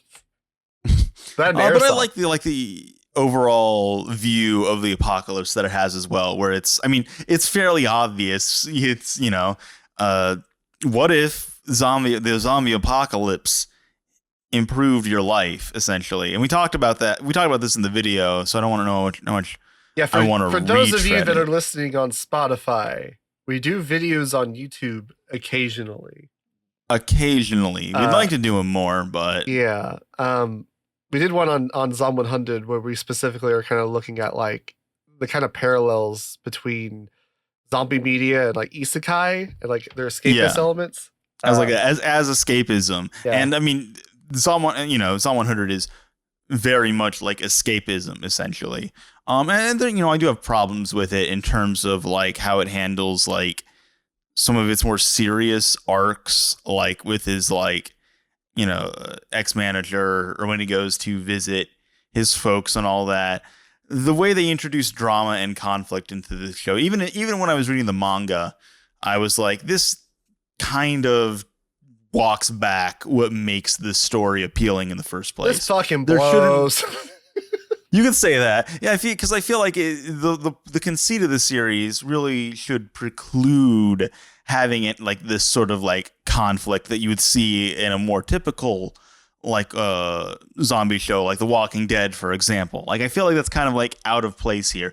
Really what it should be about, and there's a nice chapter in the manga that evidently is not really in the anime, or it's very condensed, where it really should be about that, like what the zombie apocalypse has done is let people kind of like live more freely, essentially. For better or worse. For better or worse. Like, because like the chapter I'm referring to, evidently this is covered. I haven't finished the anime yet, unfortunately. But it's the people who were living in the apartment beneath Akira. In like the second episode, it's implied that like zombies burst into their house and killed them or whatever. Right. Later on, it's revealed in a chapter that they actually escaped and, you know, have been traveling the world essentially. And it's just like this really nice sort of thing where it's like in a similar way to Akira, where it's like, oh, now they're just going to go around and do all the things that they wanted to do but couldn't because they had like obligations like a job and rent and all of that. Yeah. Although evidently that's not really a thing in the anime. Well, they allude to it in the end credit sequence, and it's literally just like the wife and the guy like doing the pose that they do at the last like panel in the manga where they like pulled up the shield or whatever. Yeah, they basically condensed the whole thing down. See, now the way I would have structured that is to basically just have it be like the final episode, you have your credits, the credits roll, and then you have this post-credit scene, and that's just what the post-credit scene is, just that chapter, essentially. They could have done that. Because you could adapt it in like 2 minutes, and that would be like a nice little send-off for the series. Could have done that, but they didn't. And when they did it... I mean, that's kind of disappointing. What they did do left me very confused. I was like, who are these people? Because, like, for context, it's been, it took like 6 months to adapt this show. So, like, the last episode aired... It started in July and ended in December. Last episode airs, like, 5 months after we see these people die. And they were such, like, small, insignificant portions of the story to begin with. It's not like they were, like, his dad. So we're like, oh, fuck, okay, his dad died. No, it's just, like, his neighbors or whatever. You're like, oh, okay, they're dead. So you didn't really memorize what they looked like. You barely saw them. And then they pop up and you're like, who are you? It's really funny. I'm looking at like AniList reviews right now, and like the more negative review also compares it to isekai and like escapism, and they're like, "That's why this series is bad." Why it's bad? That's why it's bad. That's why this review is bad. That's why I downvoted that review. Yeah, summer overall. Like, I don't think I didn't watch many things from summer, to be honest. I guess the other escapist anime we could talk about is Mushoku Tensei. Yeah, that's the obvious lead-in. Which for anyone I that's don't on know how YouTube, much I really have to say about this, in part because anyone that's we've on done YouTube a full knows stream talking about it. We've talked about this pretty extensively. Already. And we did a video on the first season way back. Maybe don't watch that video. It's not. I don't know how good it is nowadays. You can't watch the video. I've privated it. Oh no, you didn't. Yes, I did. I mean, go watch it if you're curious. But yeah. So I don't know how much I really want to say because I feel like it'd just be like retreading the kinds of things, the praises we've already sung for Mushoku Tensei. Well, for season 2 specifically, because we did a stream about it, kind of defending its uses of like slave elements, like slavery and stuff. Yeah. But that was like 3 or 4, maybe 5 episodes in. What I think season 2 ended up doing really well was mirroring season 1 in that season 1 ends on like kind of not a literal reset, but kind of like a reset for Rudy as a character where, season 1 starts with a reset and that's what enables him to build his life up. And then season 2 kind of season 1 ends on a reset that tears what he built up down in a way. And so season 2 is basically mirroring season 1 in him rebuilding himself back up and kind of moving past what he was initially, where like before a reset would have just crippled him, right? Like he would have just fell into a pile and gave up. where now he's like at a point where he can move forward and kind of pick up the pieces and has the strength to kind of like build himself back up. And season 2 kind of exemplifies this pretty well with, you know, him being in a school, which kind of mirrors, you know, him originally going into becoming a hikikomori because he was bullied at school, and him kind of having those positive interactions with Sylphie, his childhood friend, which he does here in the school. There's a lot of nice parallels between the two, and then it ends with like probably one of the better endings from this year. Not the best, but in terms of like him finally getting over his trauma, because like it's done so well if you like pay attention, right? Because like there's so many elements that it reuses from the sort of initial trauma. The way season 1 ends, right? Like him with the glass. There's like a red stain, and like there's these elements that kind of bring him back to when he was abandoned, or you know, he felt like he was abandoned, and like kind of re-trigger that trauma for him. And then you kind of are able to move past that in the show. And it's done, like, to me, it was done so well. Obviously the whole season, like there's some ups and downs, because it's not just all about that, right? Like you've got like, you know, him having fun with the fucking forearm demon thing. You got him kind of learning some stuff about like the teleportation and stuff like that. But I think it had a really strong like emotional core to it. I don't think it was quite as good. I think sometimes it feels like people kind of overstate like how much of a step down visually this was from season 1. I don't think it was. I can see it. I don't think it's like as big. Yeah. I think people tend to exaggerate it a little bit. It's like, it's not as quite as good, but it's not bad by any means, right? No, by no means. That was a highlight of the season. Was that might have been my no, that's not my anime of the season. I was about to say it might have been, but I remembered Jujutsu Kaisen aired that season. Oh, that's my anime of the season. I didn't watch it. I didn't watch season 1. I'm a fake fan. Wow, I'm a tourist. Fucking tourist. Can't believe I'm trying messaging Gil right now to get him on his. Season 2 is Jujutsu Kaisen. I watched with Lex Torius. Shout out. Oh yeah.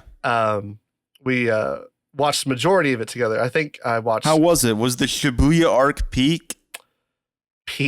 So there were episodes that were like basically on the level of like a Mob Psycho season 2 episode 4, and I don't mean that with any kind of hyperbole. Like they were literally on that level where like it was so insane visually, and it was like such a sustained like value for such a long period of time. I'm just like, what the fuck? It's still going. I can definitely see why they had so many production issues with this season.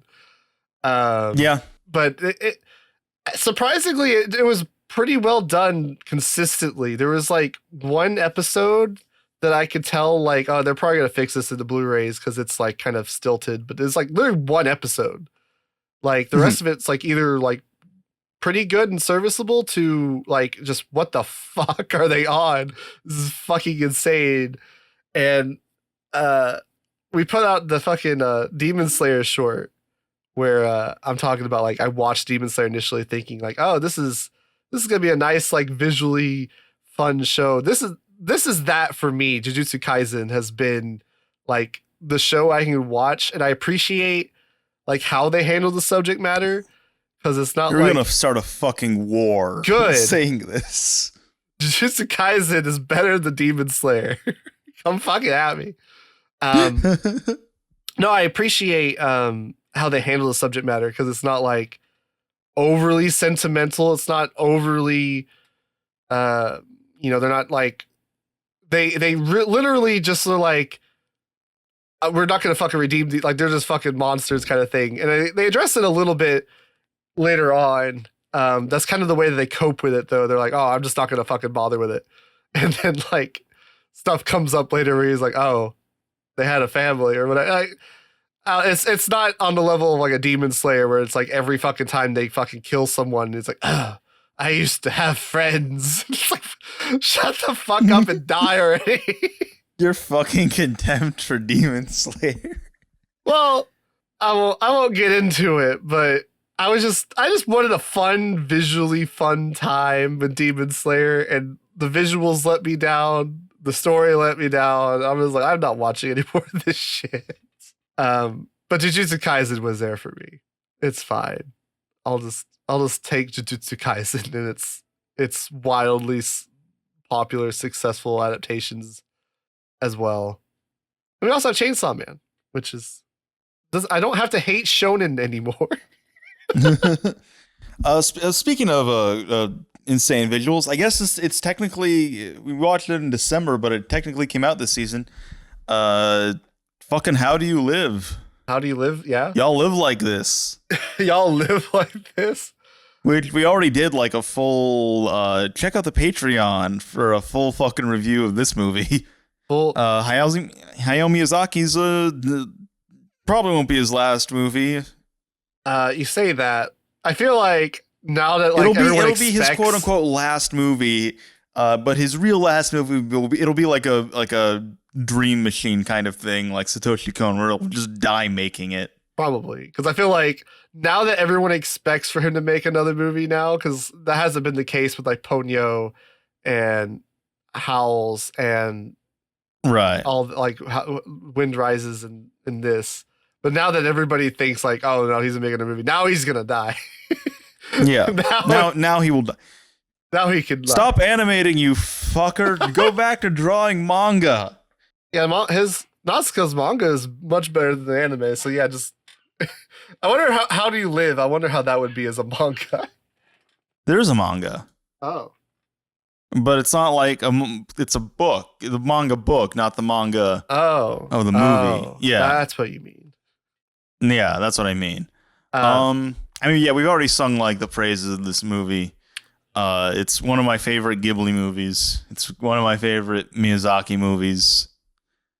It's a good movie. Yeah. I don't know if it's in theaters anymore, but if it's not, definitely check it out when it gets a home media release. Day one, I'm buying that shit. That's I had felt pretty downer on Ghibli movies for a while, because aside from fucking Princess Kaguya, because I didn't really care about. I mean, Wind Rises is good, but I didn't like get attached to it. You hate Howls, and I hate Howls, and I feel like Ponyo is one of those things where it's like, at least speaking personally, I really respect Ponyo in terms of animation. Yeah, I didn't really get that much out of it beyond that. Same. Yeah. It's good. It's just not like, for me, Ghibli has been like a slow decline since like Princess Mononoke. They did have, Tale of Princess Kaguya, which is like, is that your favorite Ghibli movie? That is my favorite Ghibli movie. Yeah. Yeah. Which that's Takahata. So much for that slow decline, you fucking lying liar. I'm talking about Miyazaki. For the most part. And then you got like, I guess Marnie is there and like all the Marnie is there. Yeah, there's some nice like Poppy Hill's alright. I like that alright. Poppy Hill's really good. I really like Poppy Hill. But I guess generally I've not been impressed. Even like Spirited Away, I like. It's good. It's just a step down for me from Princess Mononoke. Subscribe to the Weeb Crew Patreon, where we did a whole fucking tier list of Ghibli movies. That will come out. That will come out. That will come out as a video eventually, but we talked for like 4 fucking hours, and the tier list video itself. Yeah, you're not getting a 4-hour fucking. No, I think it was like 5 hours even. You're not getting. You're not getting a 5-hour video. Like it's gonna be like. I need to put that on the Patreon still though. So. What like the whole uncut thing? Yeah. Oh no, it's all going. The uncut version is going up on Patreon, but you're not getting. It just needs to go up still. So. If you want to hear that, probably well in advance of when it'll come out, that'll probably go up on Patreon this week. Now that he remembers. now I'm forcing myself to. But yeah, I really loved How Do You Live? It ended up. It surprisingly resonated with me much more than I thought it would. Yeah, and visually, it was very like I said in the review that we did. It's so much more. It appeals to my sensibilities in terms of being so much more abstract than not just Miyazaki movies, but like Ghibli movies in general. It's Miyazaki's Angel's Egg, I think is Angel's Egg. Yeah, that's a good way to put it. On Twitter. Yeah, it's like it's a movie where you can't kind of like. I remember seeing a Reddit post actually that fucking hated this part of it. Where it was like, how am I supposed to know how the characters scale against one another? And it's like, what the fuck are you talking about? What? Let me fucking hold on. Let me pull this shit up. I'll read it to you. Sounds like a fucking schizo. Oh no, it's cracked. It's fucking hilarious. But Where the way the fuck that you is read it? it made me think it was like a schizo fucking Twin Peaks guy. Oh, David Lynch. Yeah, David Lynch quote. How do they scale against each other? Here we go. Now, so just imagine like a Reddit nerd emoji reading this. Nothing is explained. Lore, power systems, characters, kingdoms, mechanics, limits, rules, etc. Yeah, it does sound like David Lynch. Fuck. Now my biggest complaint. I guess I don't want to do a horrible voice for this. Now my biggest complaint for this movie is also what I disliked about Spirited Away. Nothing is explained. Heron and Spirited are both set in fictional magical worlds, which are completely fine to be unrealistic. However, you have to explain all the mechanics of the world with internal consistency for the audience to be invested in the story. The lore, power/magic system, all the characters and how they scale against each other, all the different animal kingdoms, how they interact, all the mechanics, limits, and rules of the world should be explained. Like it's fucking Hunter x Hunter. How they scale against each one? What does this mean? I swear to God, fucking like power scaling has like rotted some people's brains. Like the whole thing with like Dragon Ball and like power levels is that they don't fucking matter. Like it's a joke. Well, they introduce it and it's and yet this has somehow become like fucking like it's like metastasized into this fucking like cancerous thing where people need like fucking numbers in order to like appreciate something like an abstract fucking like dream movie like How Do You Live? I want to be like generous and assume that they're not talking about power scaling and they're talking about something else, but I don't know if it's just like I'm so anime discussion poison that I just assume that's what they mean, but I can't think of something else. Yeah. I remember seeing a bunch of people like clowning on this like cuz it's like holy fuck. And that's a review of How Do You Live? How do y'all live like this? Y'all live like this? The Boy and the Heron, The Boy and the Heroine. I was thinking like The Boy and the Harem early on when he's like it's like him and a bunch of like old ladies. I'm like, dog, yes. Hell yes. Yeah, I think it resonated with me because of not only it's like meta textual, like metaphorical nature, but like the fact that it's I mean it's on the nature of how we how do we live, how we interpret media, and like which resonates obviously with me since we fucking talk about this shit all the time, but like how you kind of filter messages of media through a personal lens. It's also just so hard not to like read like a personal angle into this. Like it's so fucking hard to avoid it because it's like, okay, main character, that's little Miyazaki. I think the bird or the old man is supposed to be Takahata. And then if we're just rolling with this, I guess Kiriko, the lady on the boat and stuff, that may be, if we're going with the lore, maybe that's Michio Yasuda. I feel like that'd be like a salient rating, especially since she died after The Wind Rises. And I think that's like what prompted Miyazaki to make this movie, in part at least. It's definitely hard to like separate it from those kind of elements. I think people talk too much about those and not enough about like the way that we kind of interpret media that's kind of like in the show, built into the That's fair, movie, yeah. though.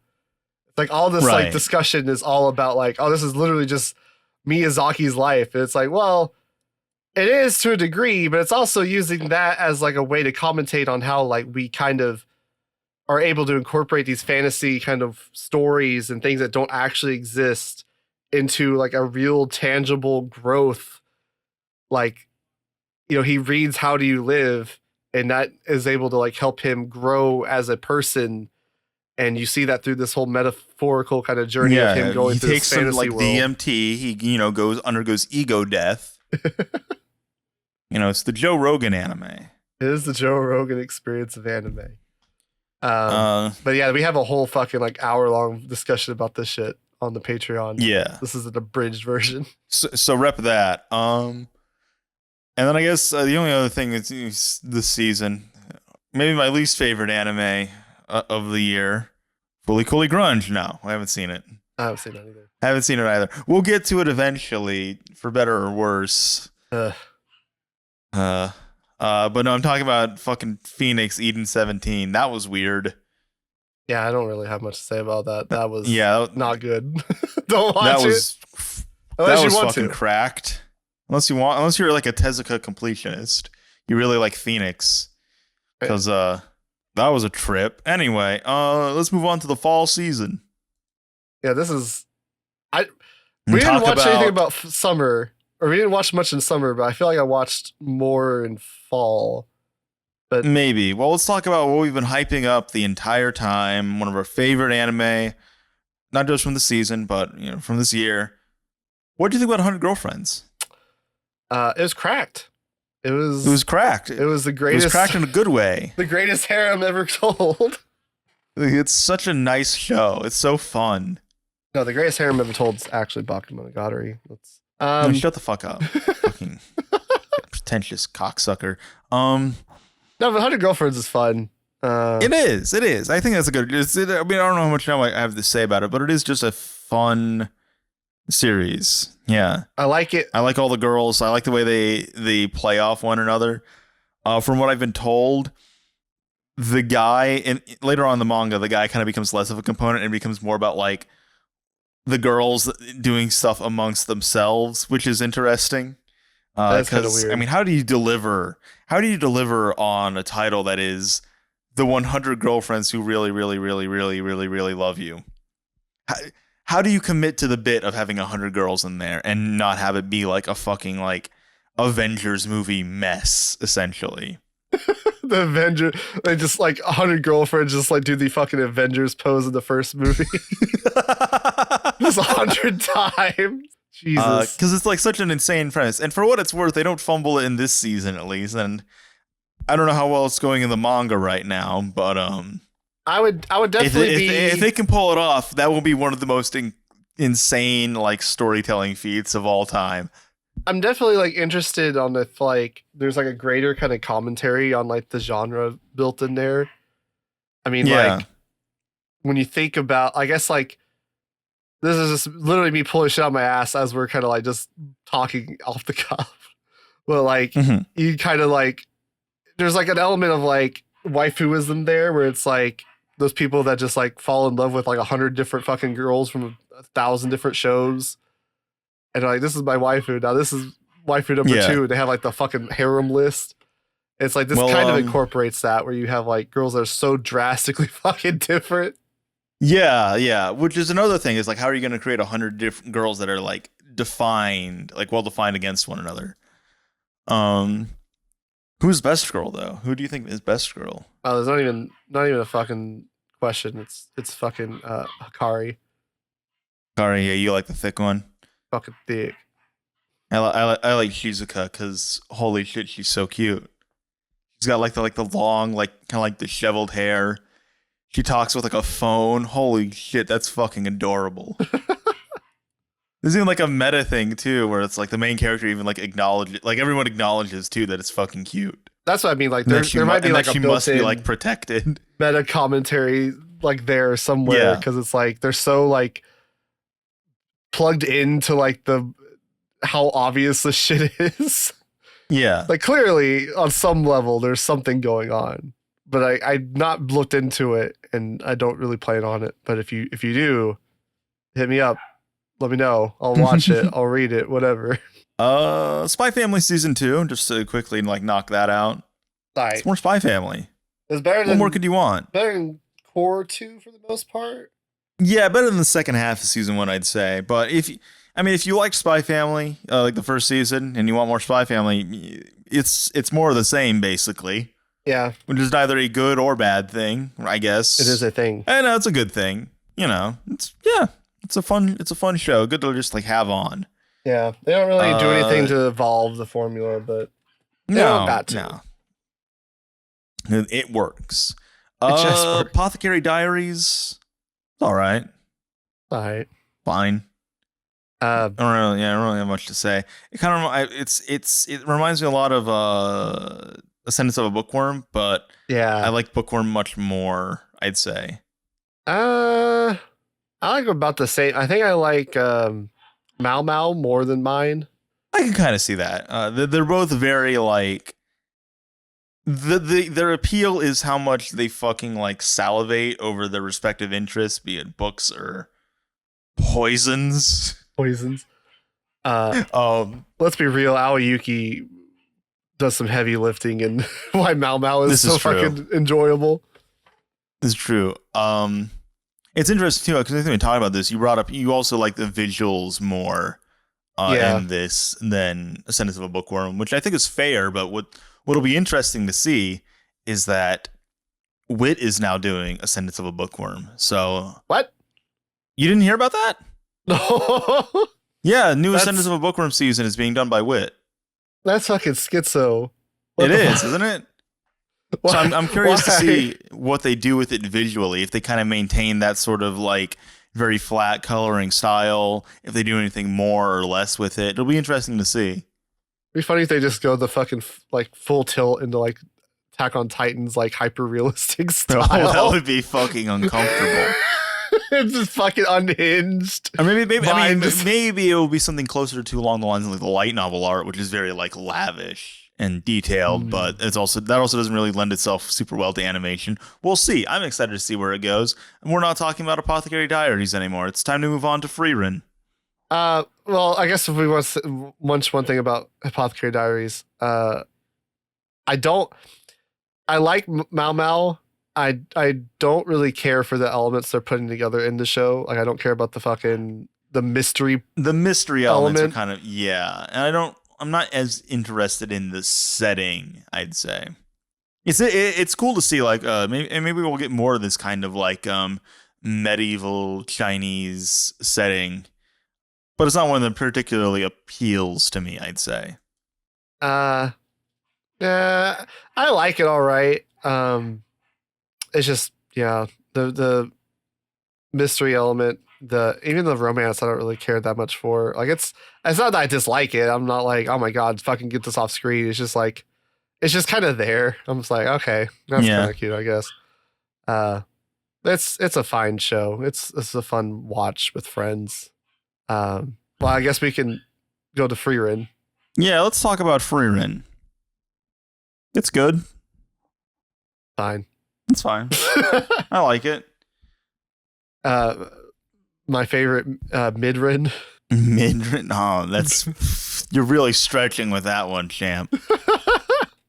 I don't. There's stuff that, or even similar to what we talked about with like Heavenly Delusion as well, where it's like there are things that Frieren does that I've seen done in other things that I like more. This year, even, with Edomae Elf.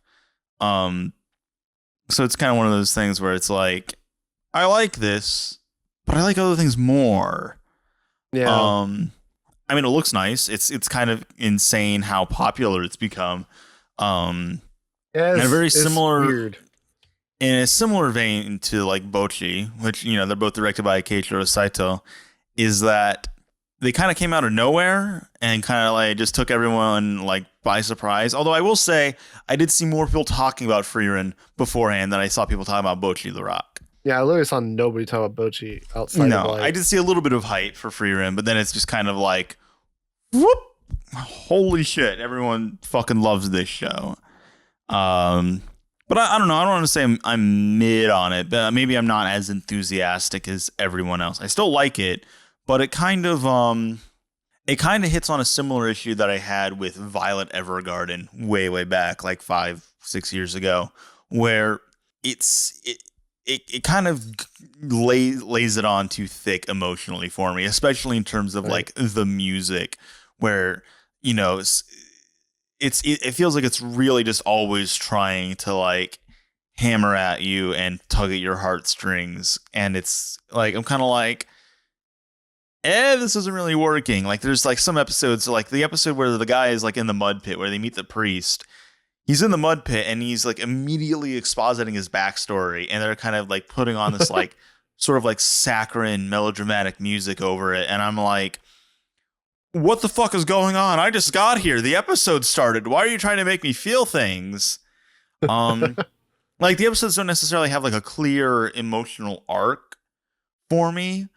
As much as it feels like kind of like a sustained sort of sentimentality, whereas I think I would appreciate it more. It would resonate with me more if we got more of like a build up over the course of an episode or multiple episodes, like you see with something like Vinland Saga, for example. Yeah, my core issue goes back to kind of what I talked about with Skip and Loafer with Frieren. Is it doesn't? There's not like this. I don't want to say there's like a disrespect for the audience necessarily. Like you said earlier. Yeah, like it's just like it doesn't.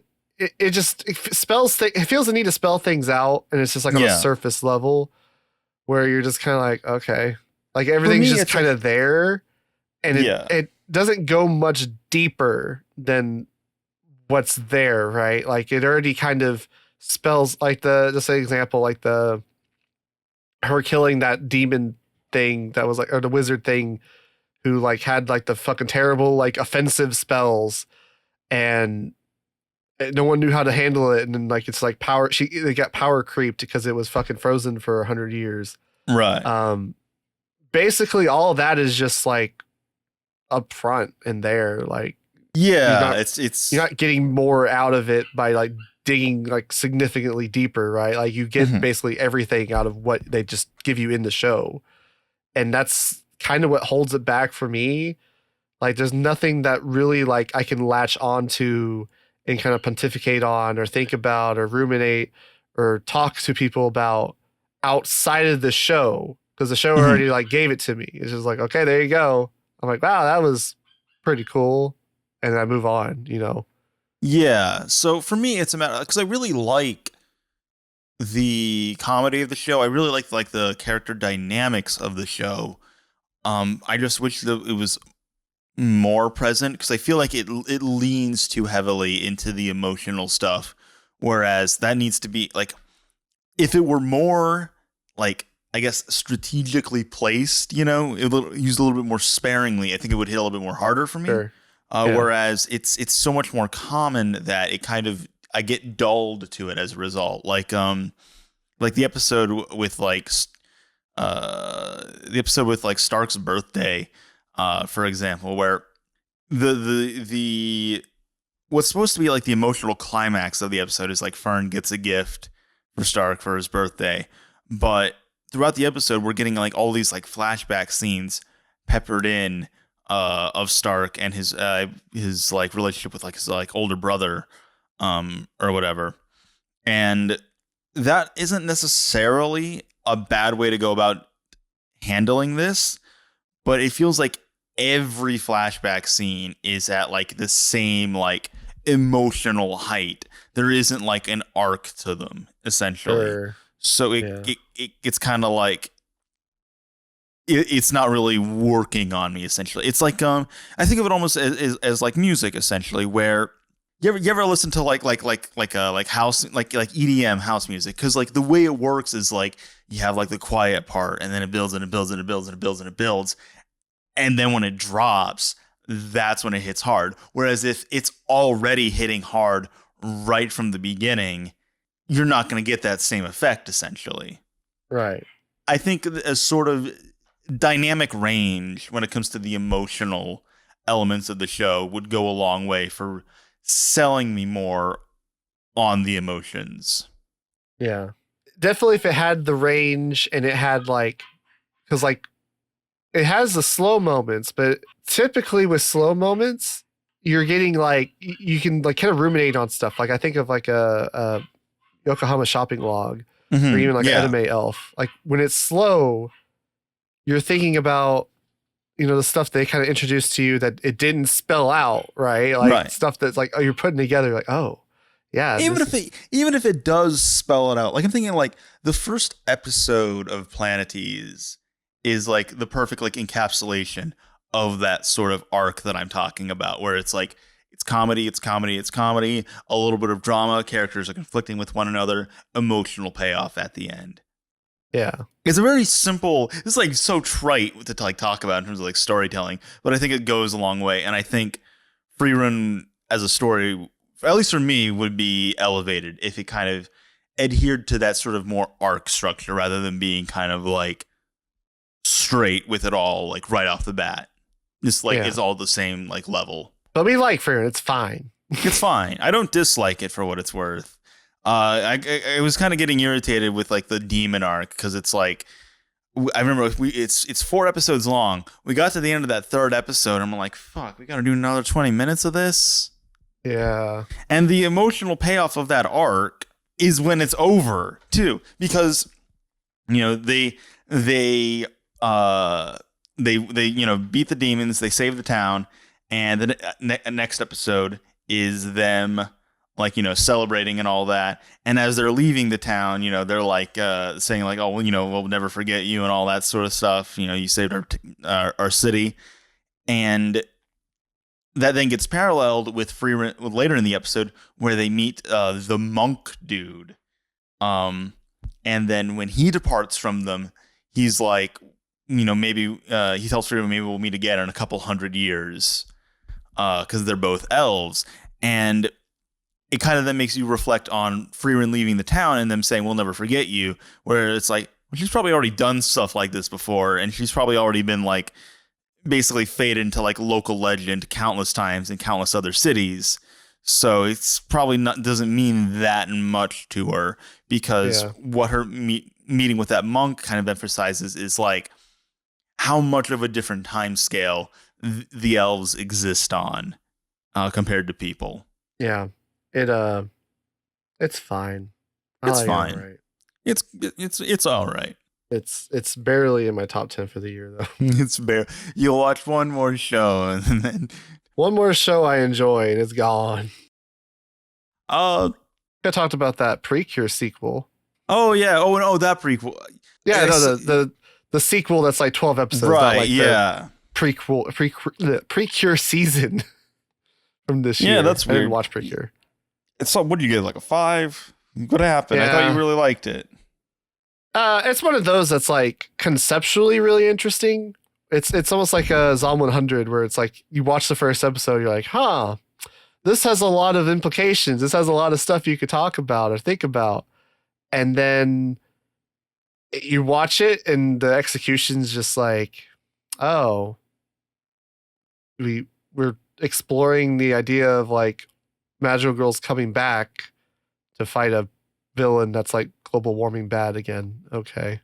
Yeah. I don't really know why we're going through this. like it's not like they don't do that with every fucking like Precure, right? Every Precure is like basically kind of a similar like, oh, people are killing the planet kind of villain. Mm-hmm. Not every, like obviously people are gonna fucking argue, but that's not. I mean, I just mean like that's a common thing, right? It's not like it's a criticism to say that, you know, they're using that.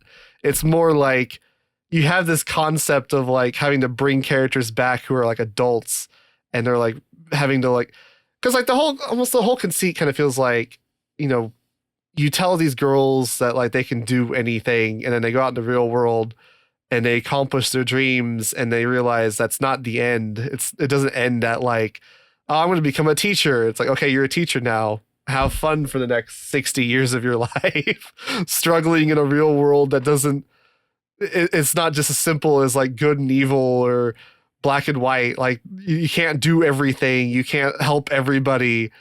Have fun navigating that. And you don't have any fucking help. Like you don't have a Precure for adults that's like telling you could do it. So it's kind of like exploring that a bit, but it just doesn't do it super interestingly. I'm just like, you basically get like all the interesting stuff front loaded. We're like, oh, this could be interesting. And then like you watch it and you're like, oh, this was all right. It'd be interesting to kind of incorporate that into like a greater thesis on like Magical Girl stuff, which one day I might do. Well, I don't know if there's anything else in the fall season we really need to touch on. I think we've talked about everything. What about PLUTO? Oh. We already talked about PLUTO on our Patreon. Check out the Patreon. Have we talked about the Patreon yet? We have a Patreon, guys. Do you guys know we have a Patreon? The low cost of, I think there's like 2 tiers. It's like $1 a month. You get like all the cut content that we just put out publicly. And then for like $3 a month, you get like a bonus episode a week of just us talking. And then some like exclusive material that's never been released to the public. This is a great PLUTO review. Great PLUTO review. We've already talked about PLUTO quite at length, but holy shit. It's so fucking good, dude. How does Urasawa do it?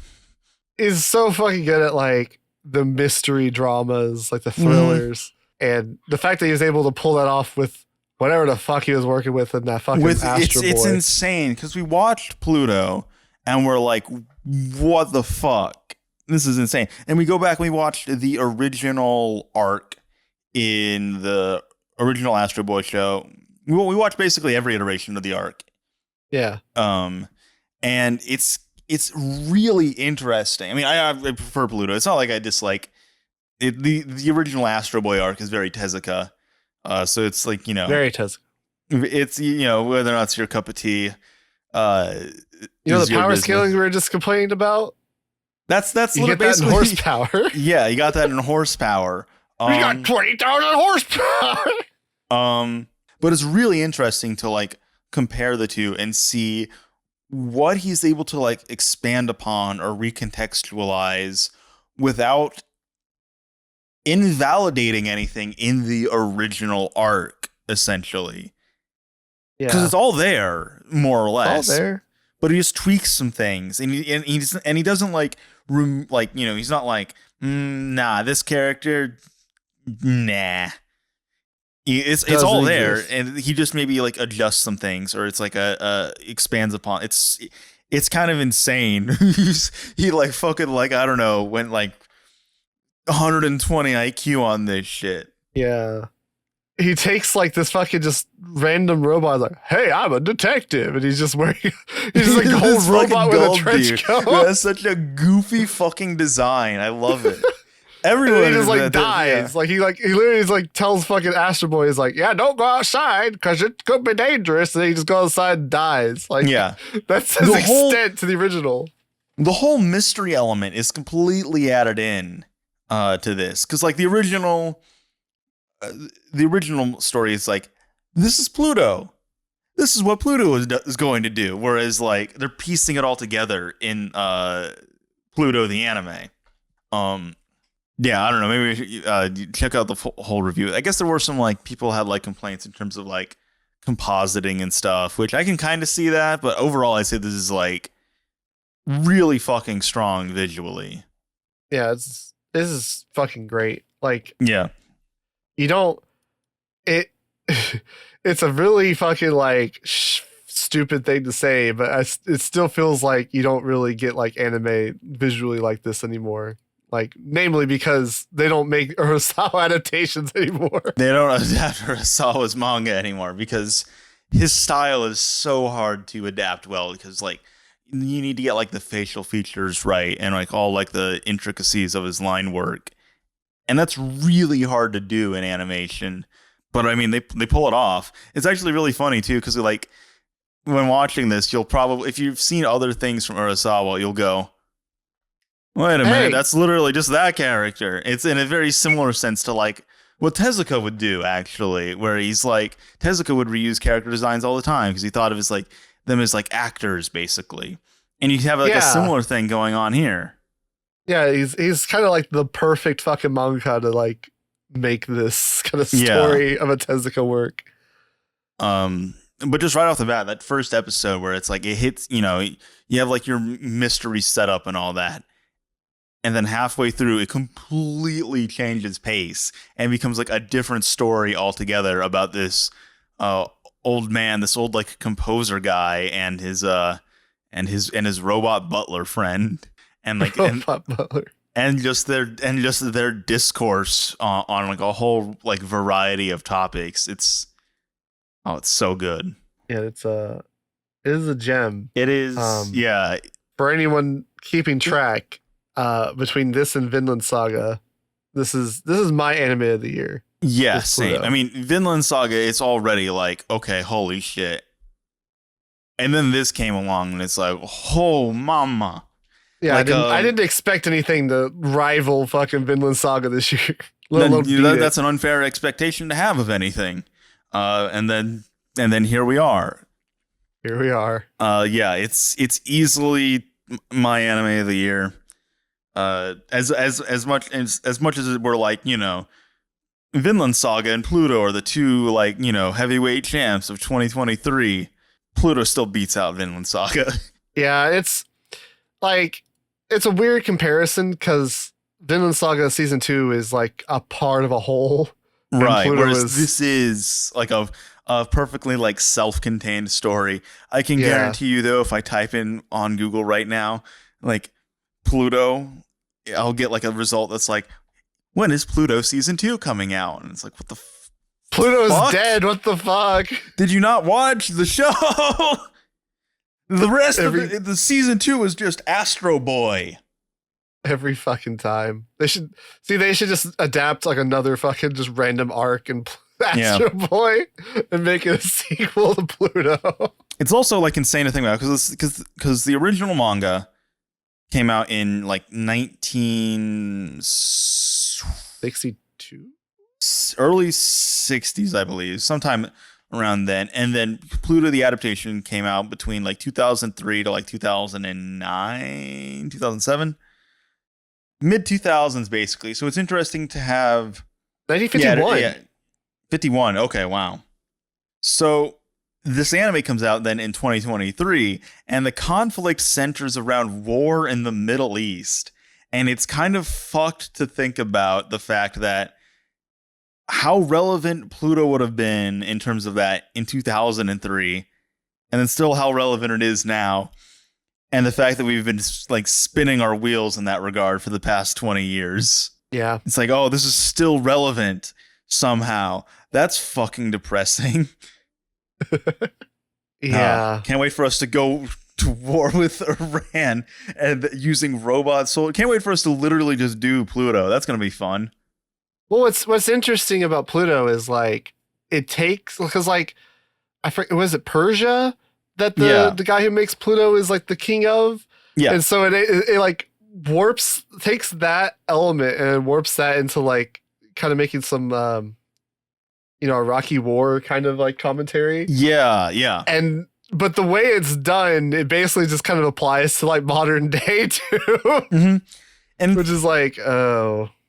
It's interesting too, because it's also just like it's pulling from stuff that's like not just Astro Boy. Like the obvious comparison here would be like Tenma and Tenma is just Gendo.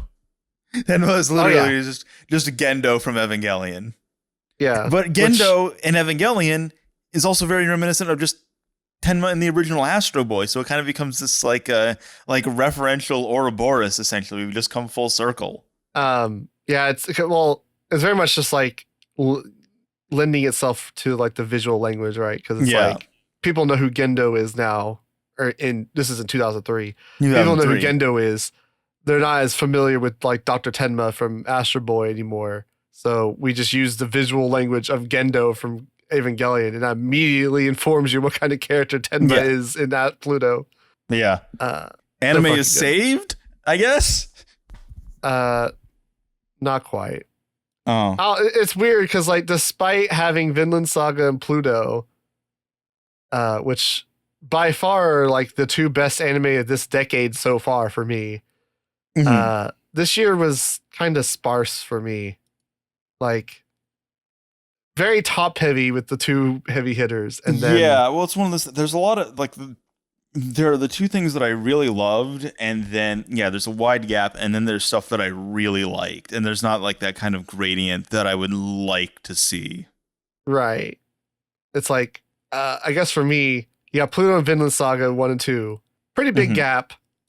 Jujutsu Kaisen, Edomae Elf, and Mushoku Tensei round out the top 5, and then some ranking B-sides is like kind of just very close to Mushoku Tensei, but it's like just outside top 5.